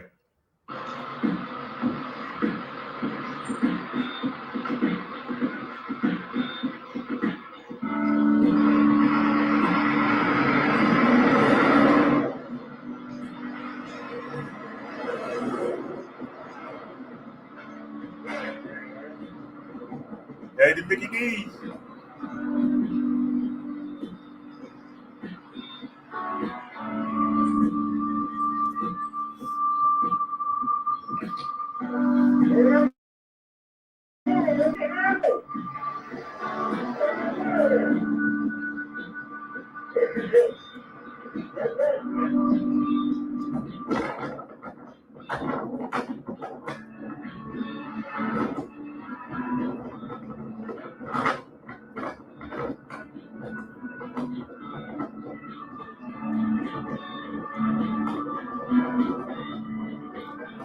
Stuck behind the bus.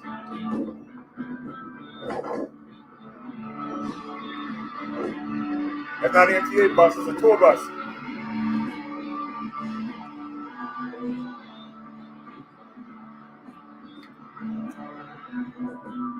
Oh, wait.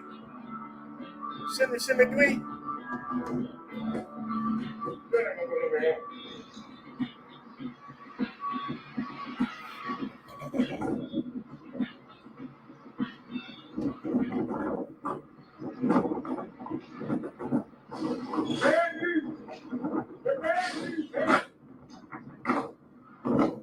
bus driver don't run me over.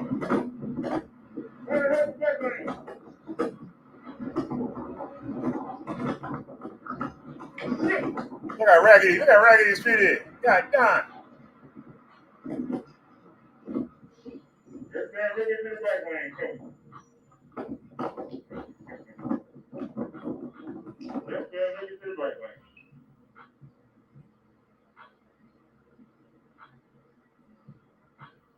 All right, 228, we got 32 minutes. When we make it. We had Charles and East 23rd. North Charles and East 23rd. Hello?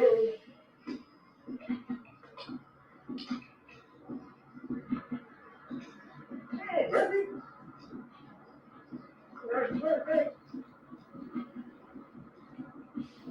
Now I get to the bike lane.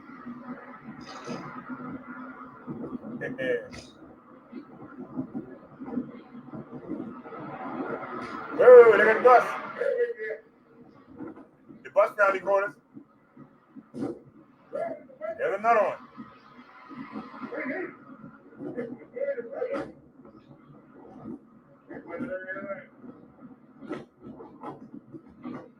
I'm going to the red light.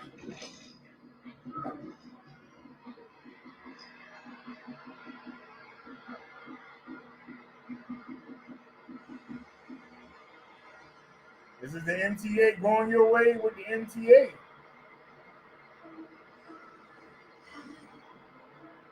Anything worth looking at? There's a Metro store.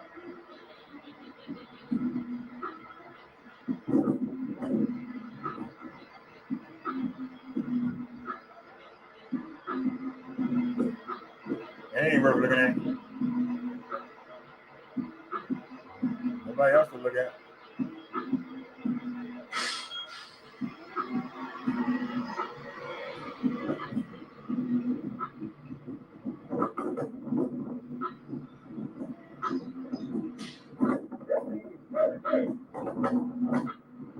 CVS right there. Hey.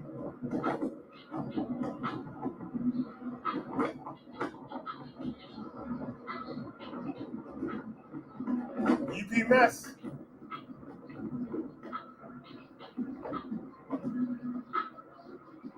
They sharing the scooter.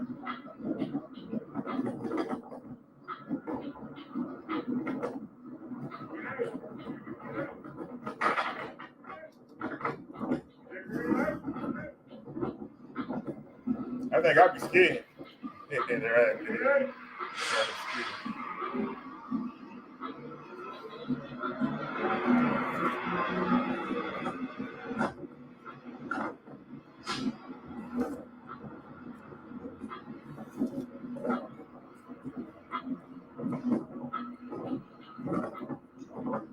Right to the red light.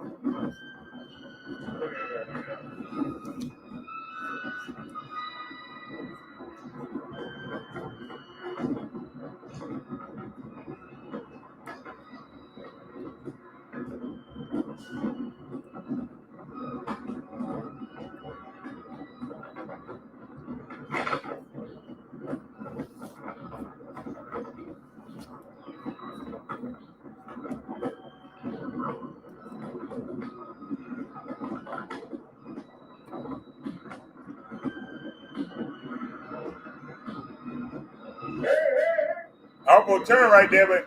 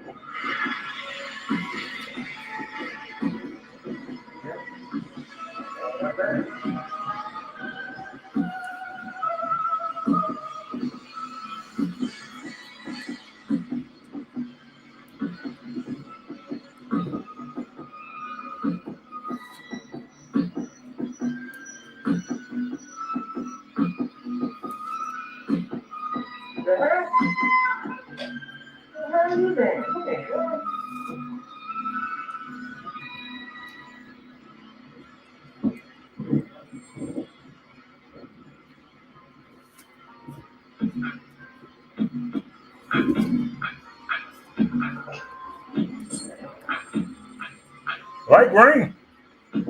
I can't go nowhere.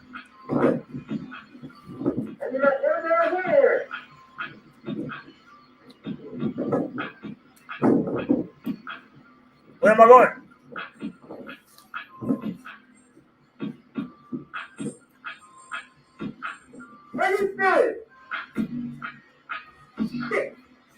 I missed the light.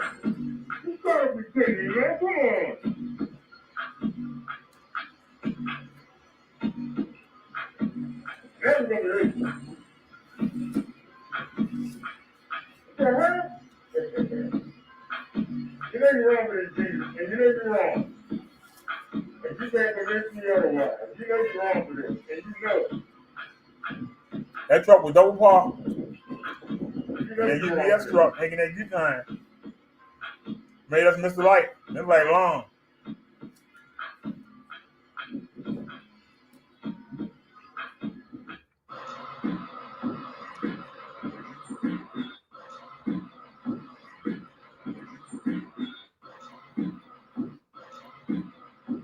So we're not gonna let us do it.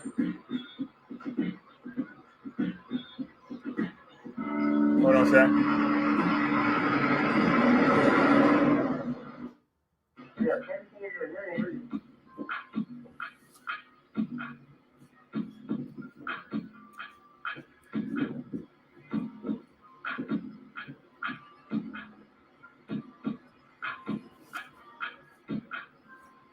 We're still sitting there.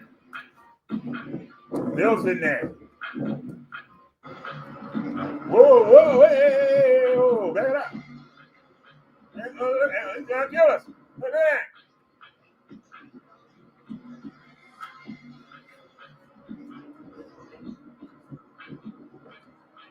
How am I passing down?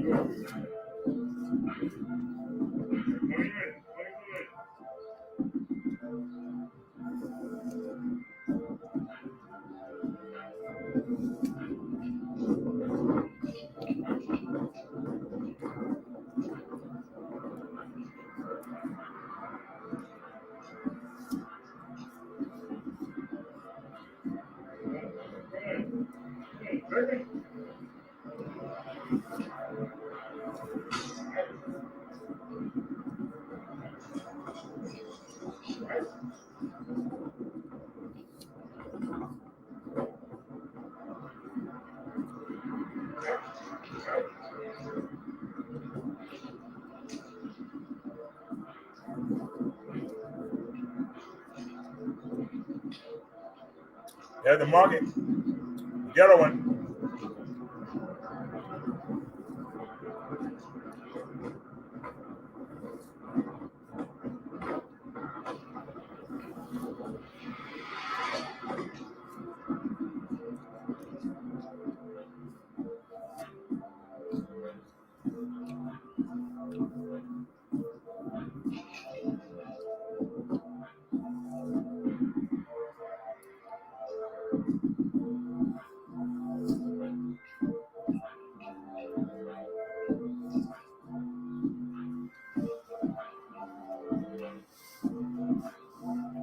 Look how long a ride this is.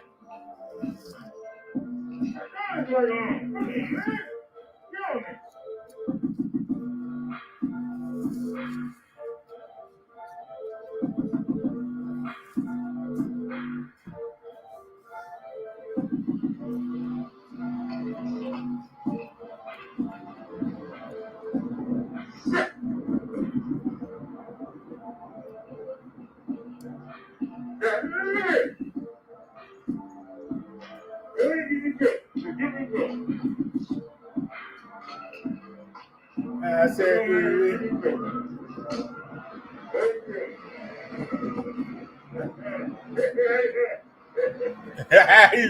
he was laughing at me.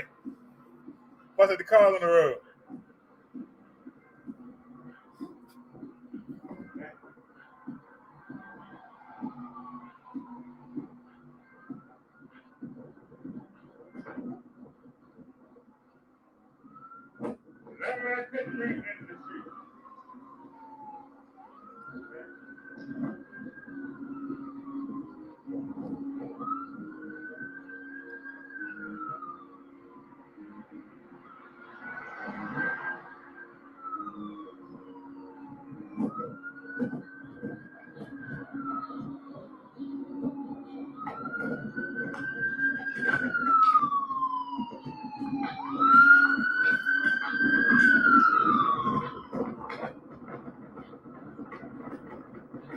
This is where we changed the battery at.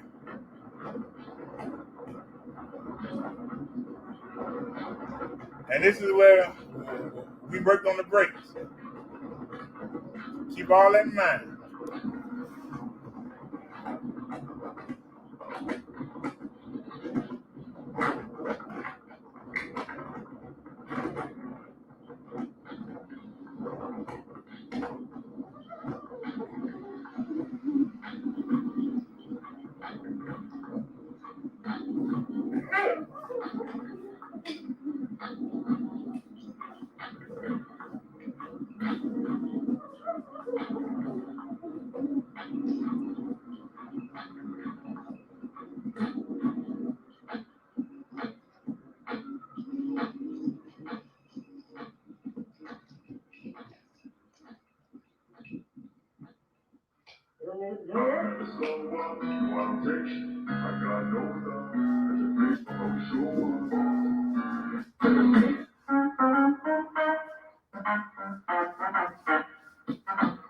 All we're doing is sitting there daggone light.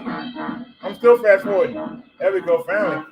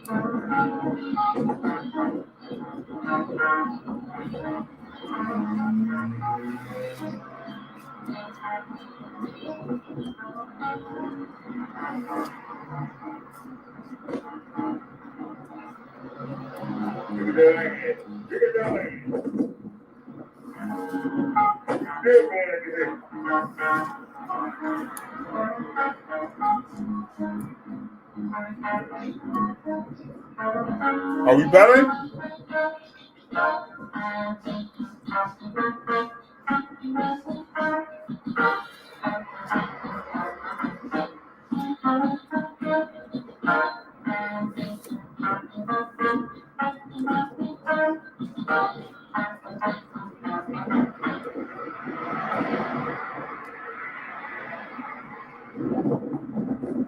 Y'all see me in fourth gear? We're doing 15.6 miles per hour. Up the hill.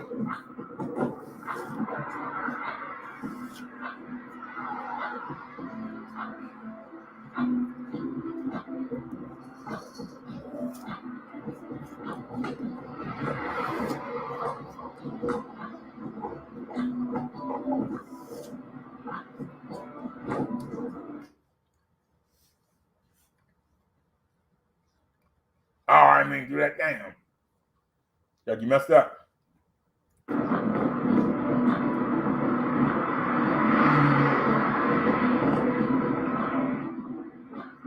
Hold on, y'all.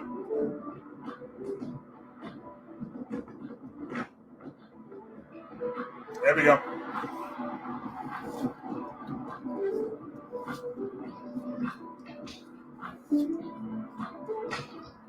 I ran that light.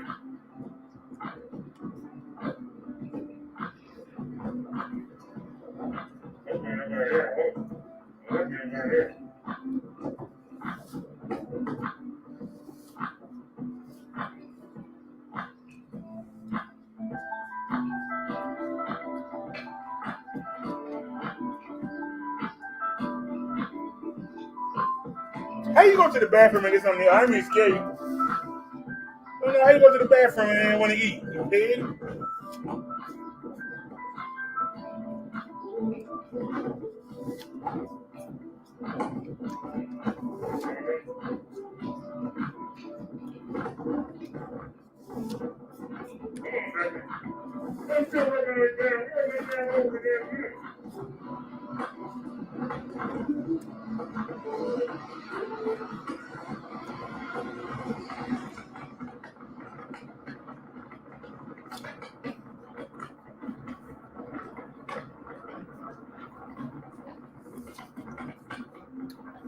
I told y'all this is a ride. That's why I was joking.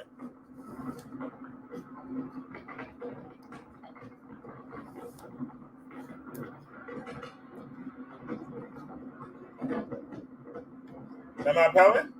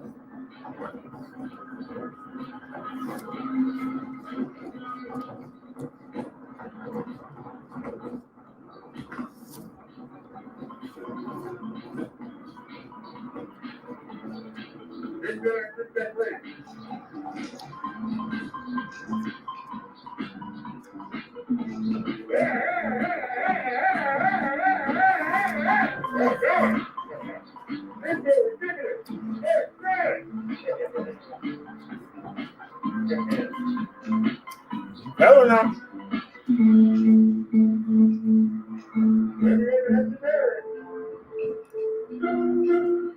What y'all want to say?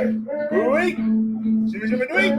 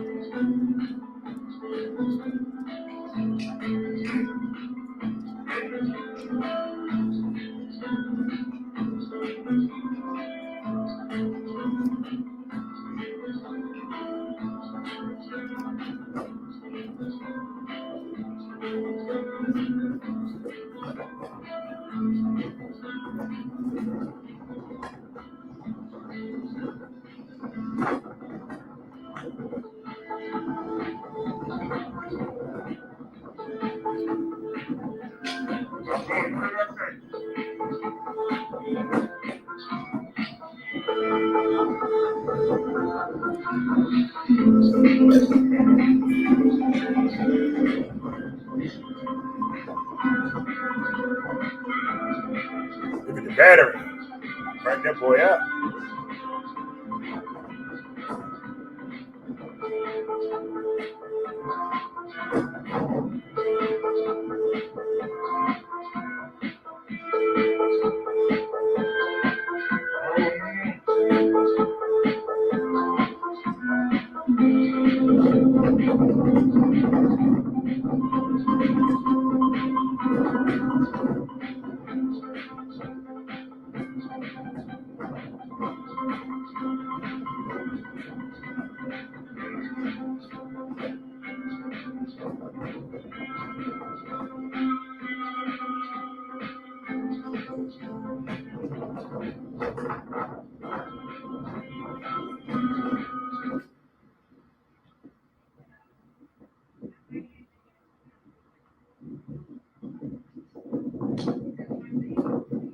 Turn the camera off.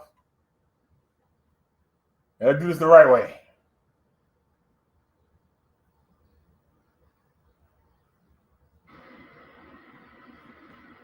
All right, it's recording. I don't know why it's blue. But it is. We put that call back on. All right. We put that call back on. Now you see we got the phone. Can we get some more up? Let's fast forward.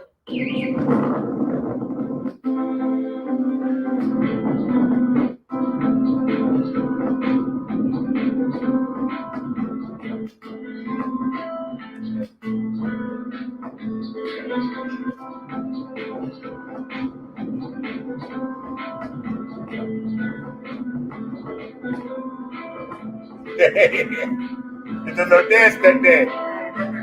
Let me get a replay.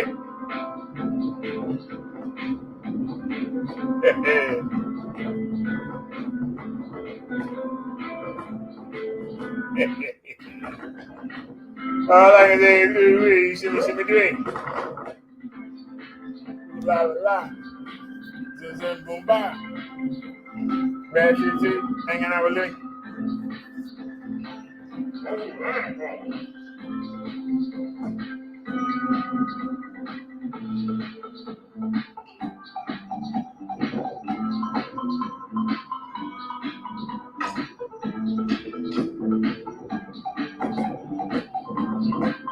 That backfired like change.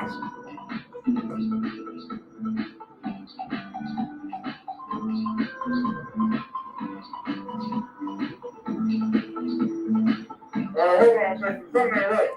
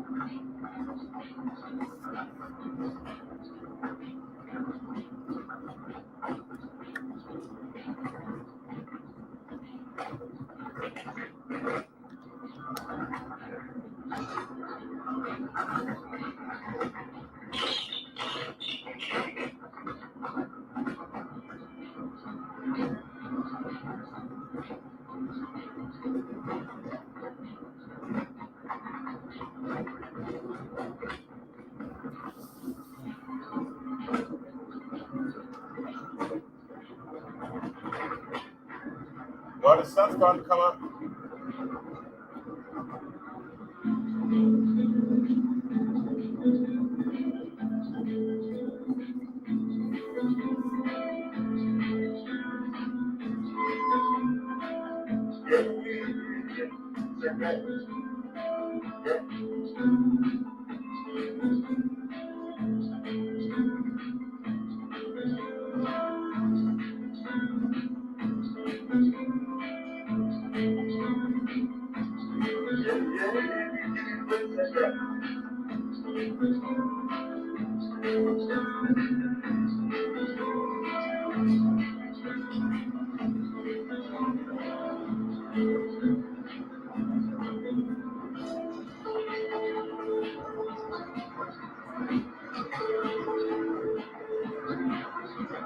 Look at the screen.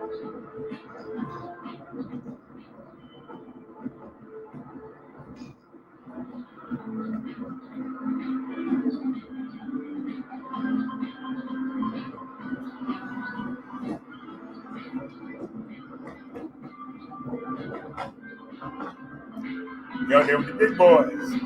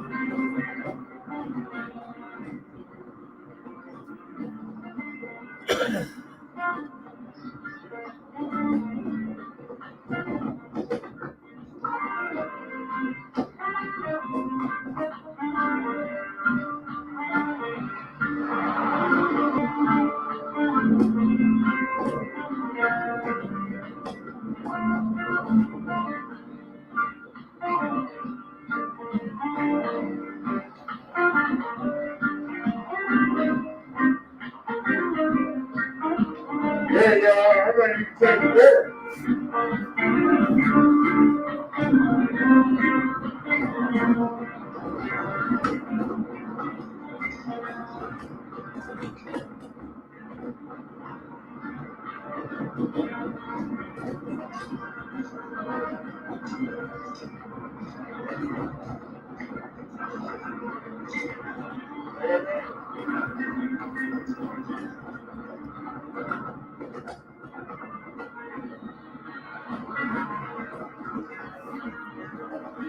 That might not help the car.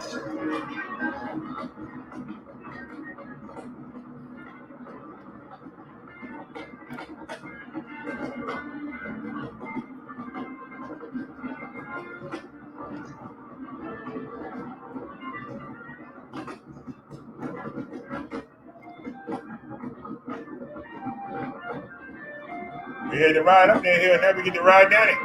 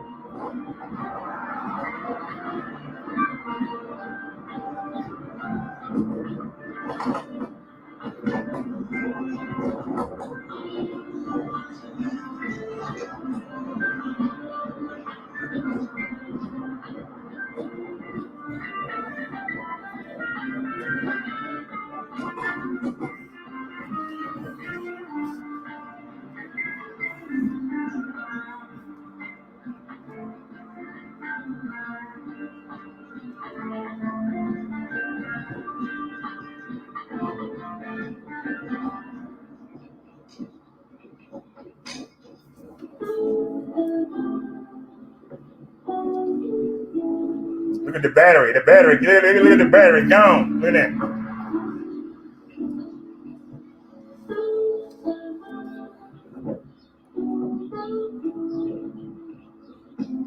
Am I paddling now?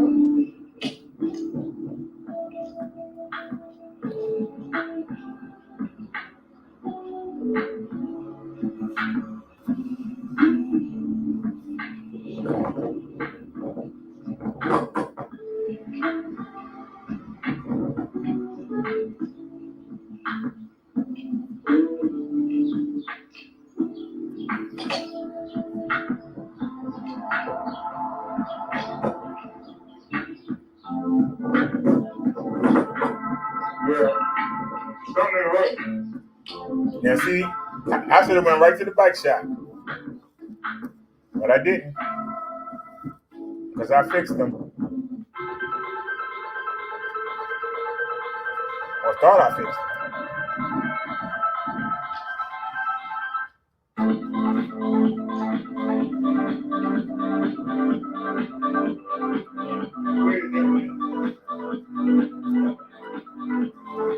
You got a tool in my hand right there.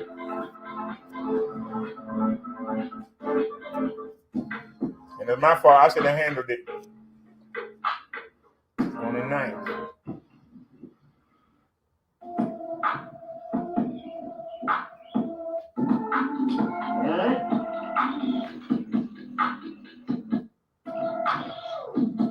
Alright. Ain't no track here. You going? Alright. You want to put the battery?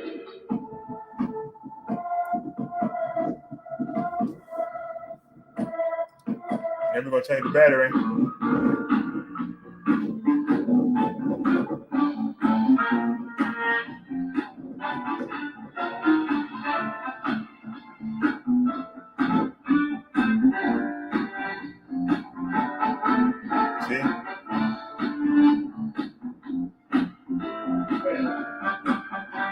Look how big that battery is.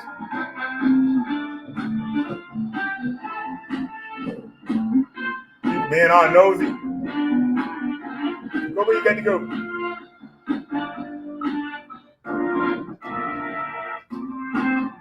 Get on to the next video file.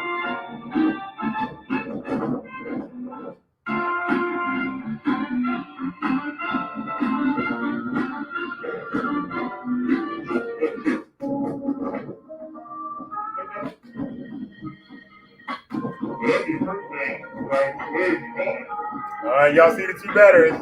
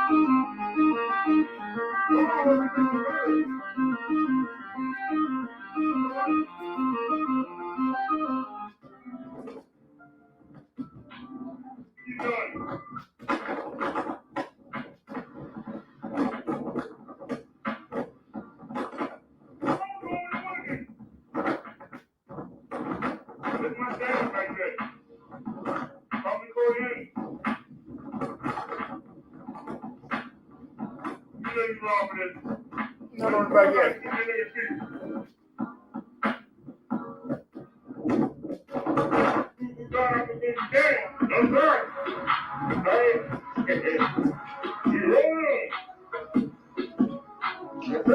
Brand new fresh battery. Let's ride.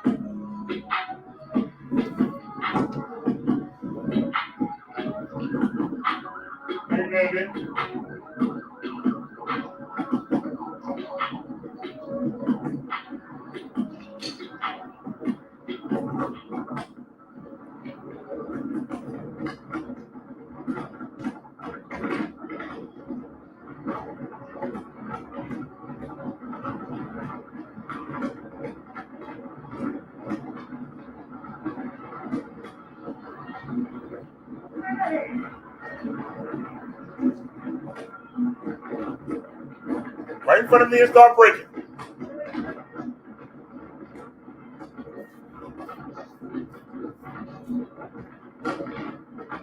What was nothing to get in front of me, but he ain't got nowhere. Where he got? Where he got to? Broke the speed limit to go around me. Ain't got nowhere.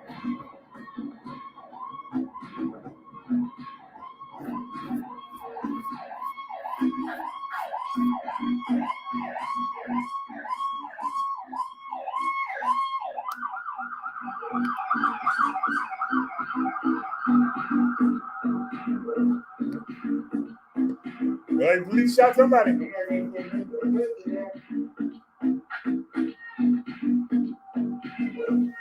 Like the police shot somebody. Following him to the hospital.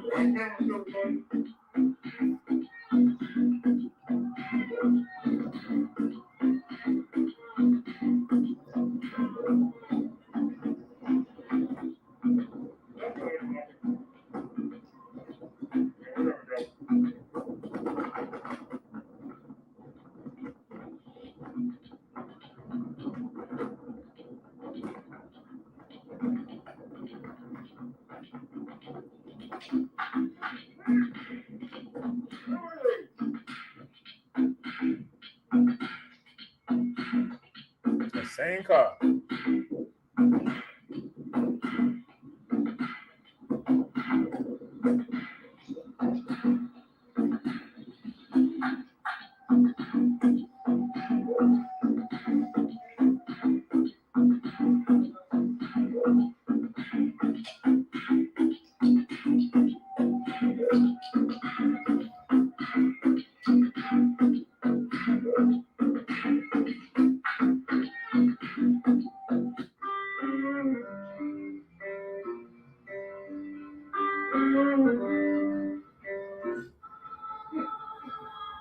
Tell me I'm from Philip. Sit the door.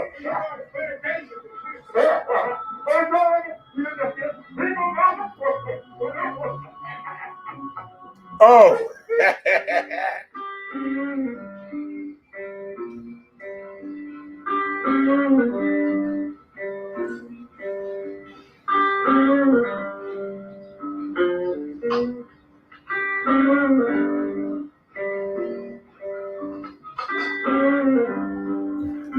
What the hell? Oh, God, that's me.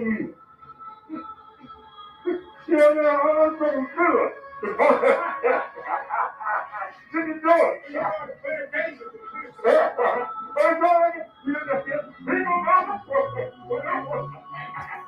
Yeah, I'm retarded.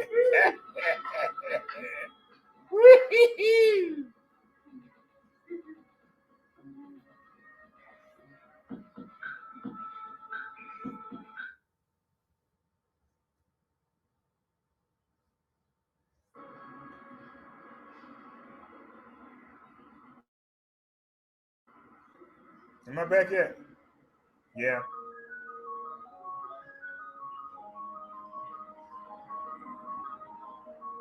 Now let's get moving.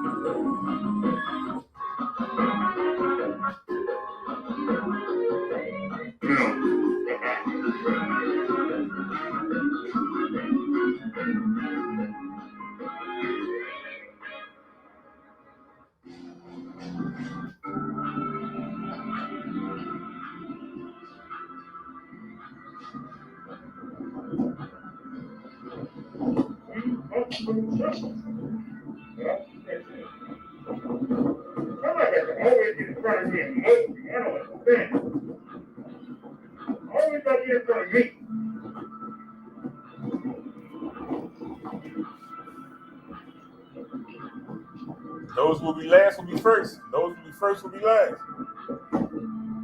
So they went around the first speed bump but jumped the second one. Make that make sense? Make that make sense? If that wasn't a plank, I don't know what it is.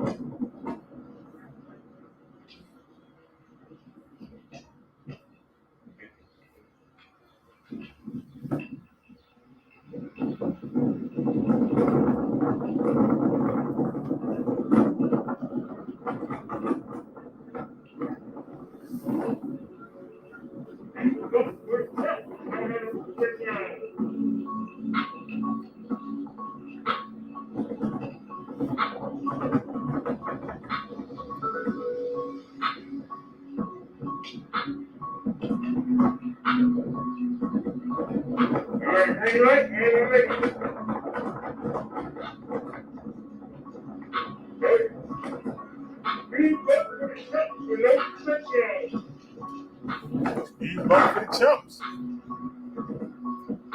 That's kind of cool though. I can have the TV and projector on at the same time. So like, I go in the kitchen to cook. I can have the light on and just glance over at the TV. It's pretty cool.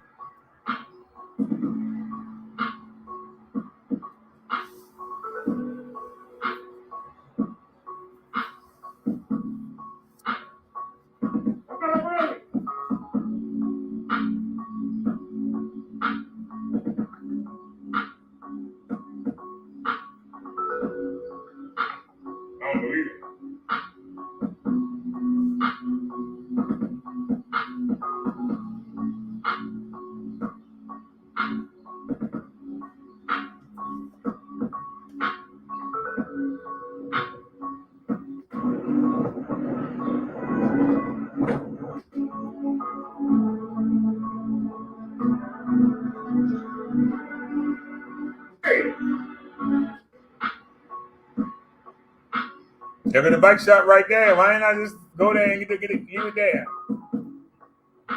Could have called the Uber and went home. Already hit the market. See, I did what I wanted to do. Instead of what I'm supposed to do, I did what I wanted to do.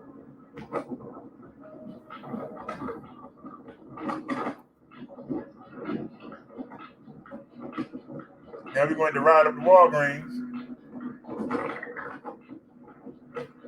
put money on the cash app so I can call an Uber, and then take the Uber over to the bike shop. I was right there.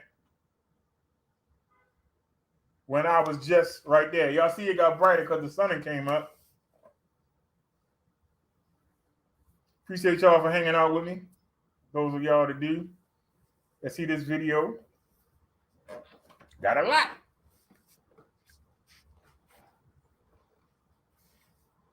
Might be live during the day. I don't know, because we hit the market 2 days in a row. I don't need no food. So I really other than taking Bessie to get the brakes done, doctor's appointment until Tuesday. But what I'm hoping is, matter of fact, let me see what time the bike shop opened. It was today Sunday. Really the worst day to do anything, but all right, I have a tab open. Hold on. Go to share screen. She said, "Ooh wee, shimmy shimmy dwee, ooh la la tee tee."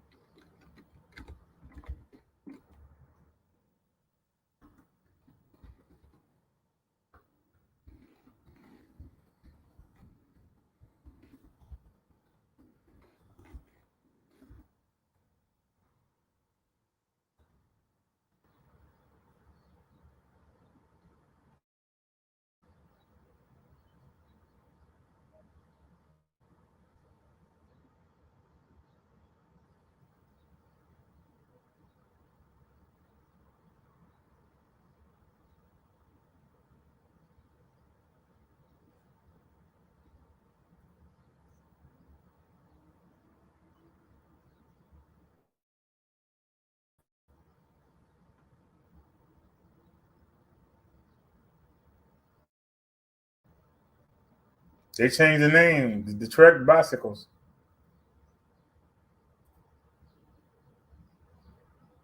It opens at noon.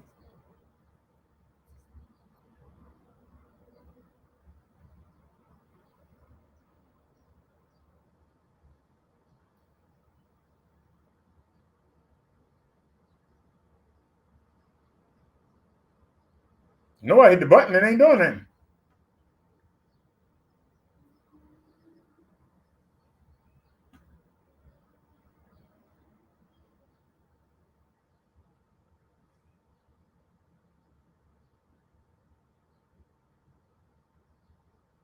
What? Page is missing.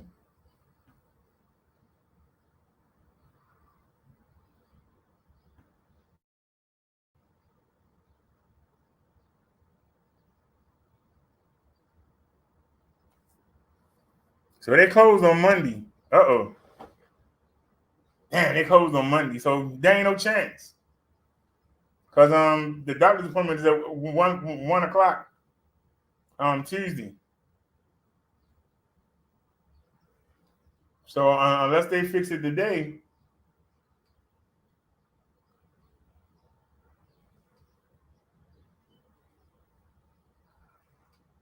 sad part is the hospital in the next block. The hospital is in the next block.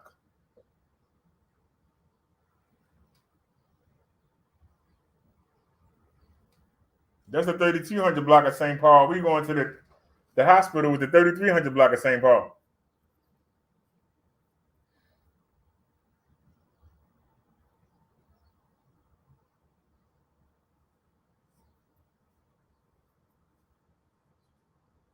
If I take it today,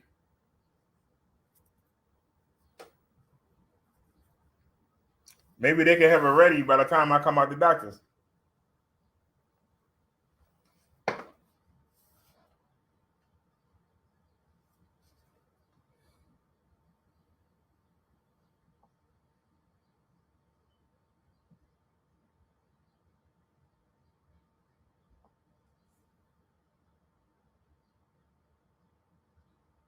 But there ain't nothing on the cash app.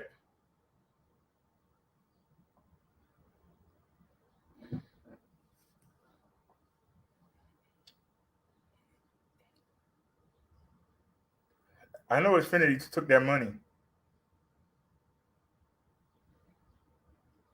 For calling direct press, enter the last 4 digits of your card number. Enter your 4-digit PIN.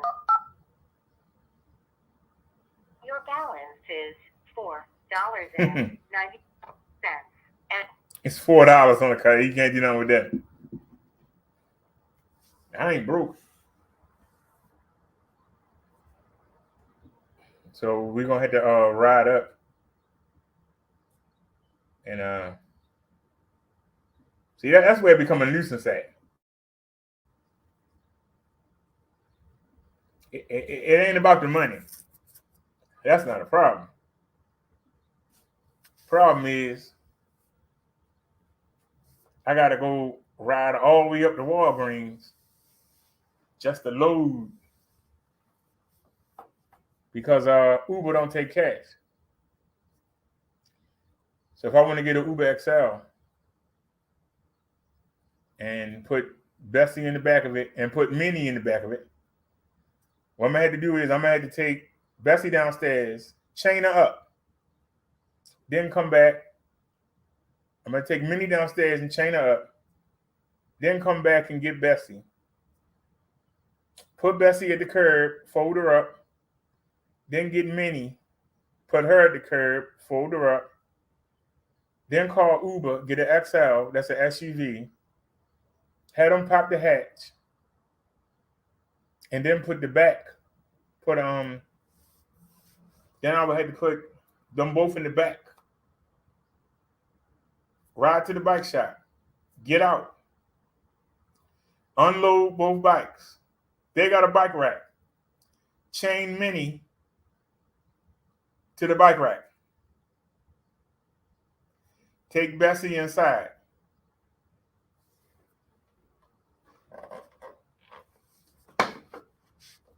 Leave Bessie with them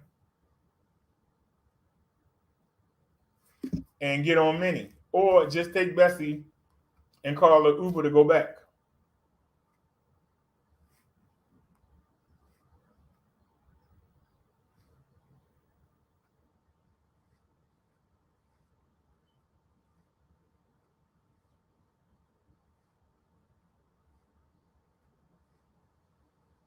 I could try and take a chance and ride because it is Sunday.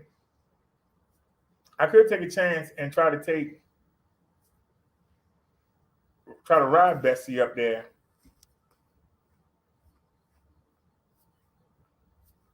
That's gonna be a harrowing ride. Harrowing.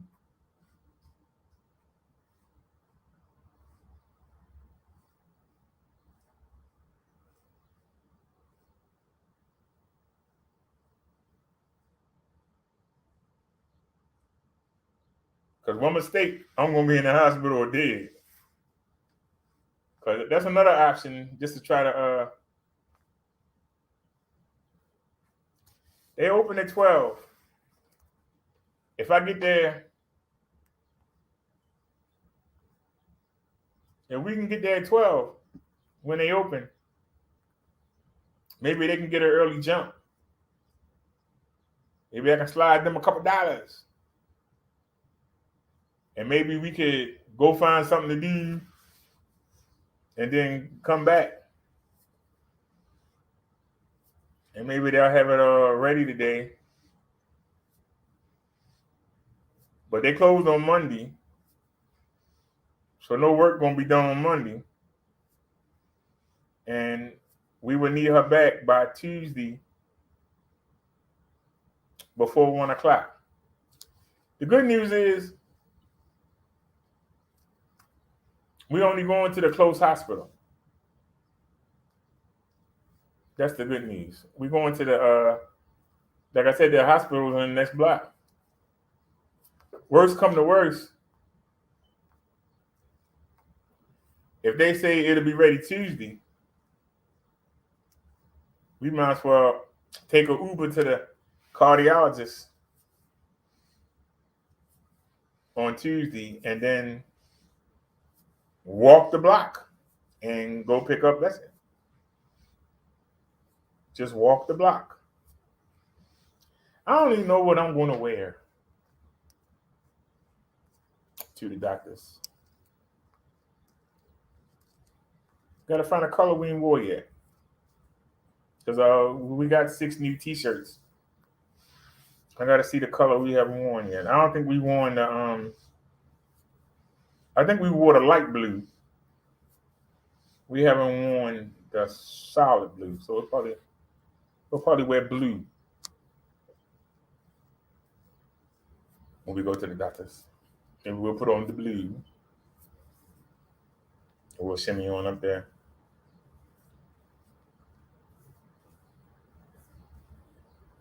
Or I might wear the Ravens Oreo shirt.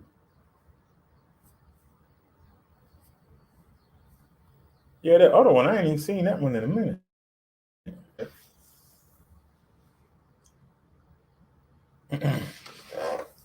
But all right, y'all, let me let y'all go. Appreciate y'all for hanging out with me. Like I say, putting the TV up. This looks a lot better, in my opinion. Y'all are probably wondering what's the bike behind me. Well, that's the first bike. And the guy called yesterday and said that he got the money and that he wants to get it. So supposed to be getting it this morning. If he does, I'll take the money and go fix Bessie. If not, I'm gonna go fix Bessie anyway. But don't need it. That's the blessing. If I wasn't so tired today, yesterday, I should have took Bessie yesterday. I was dead tired. We went out 3 days in a row. It's been a long time since we went out 3 days in a row. And y'all saw how long that bike ride was to the hospital. God damn. Y'all saw how long that bike ride was. And I ought to be slack. I ought to be pimp slack. Like I said, the good news is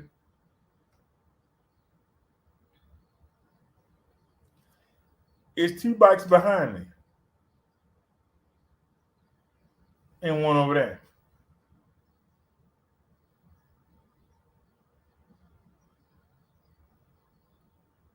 There's one on the balcony that don't work. The rest, you got 4 bikes in there. But I moved to the side. I told the guy I was gonna give him the helmet. We only wore that helmet like three times because we got the tactical helmet. But I told him, but see, I needed the money then. This was back in April when I was moving. I don't need the money now, but I'll take it and get Bessie fixed, but don't need it. And watch.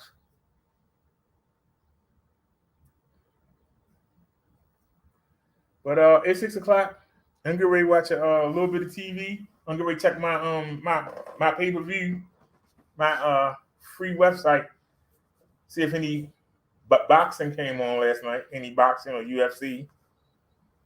Bellator or something came on last night. I'm getting ready to go fry me a steak.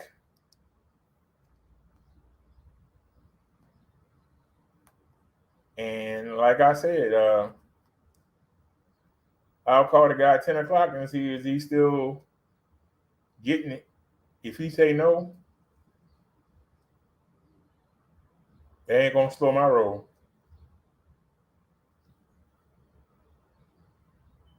I'm still thinking about trying to adjust them brakes again and seeing if I can make it to the bike shop on Bessie. That's the fastest way to get up there and get back. Go ahead and prepay them. You say, here's some money. How fast can you have it done? It would be nice to get a fix today. And we can take Monday off and then go up there and be on time. We went to the Fall Hospital and we got there with 3 minutes to spare. Would be nice to get there with half an hour to spare. If it's a 1 o'clock appointment, it would be nice to leave out at like 11:30. Get up there at 12 something. You know, in case you got any paperwork to fill out or whatever, it would be nice. So, like I said, don't worry about me. I'm doing all right. Are you okay? Remember the sermon today. Instead of worrying about the next person, are you worrying about what you're supposed to be doing? What's your mission?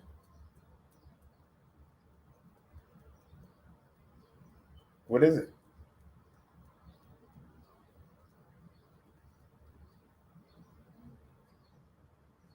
My mission is to teach and to be an example. And that's what I'm doing.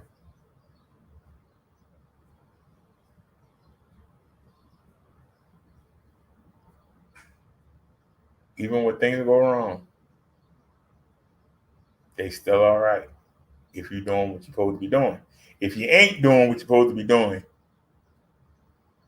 stuff ain't going to never be right. Because even when you're having fun, it's a whole lot of sorrow waiting for you. It's better to suffer at the beginning and have smooth sailing than it is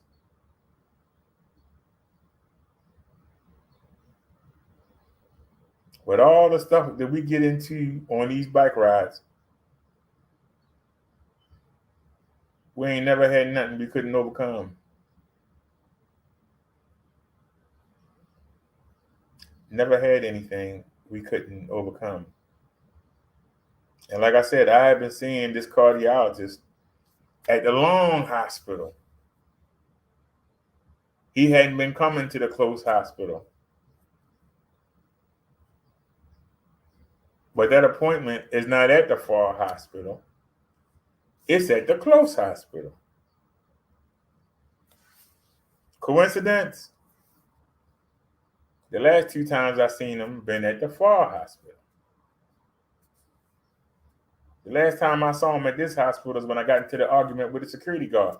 How long ago was that? How long ago was that?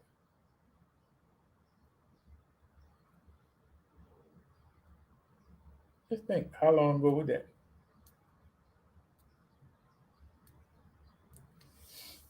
So, things might look bad, but they're not.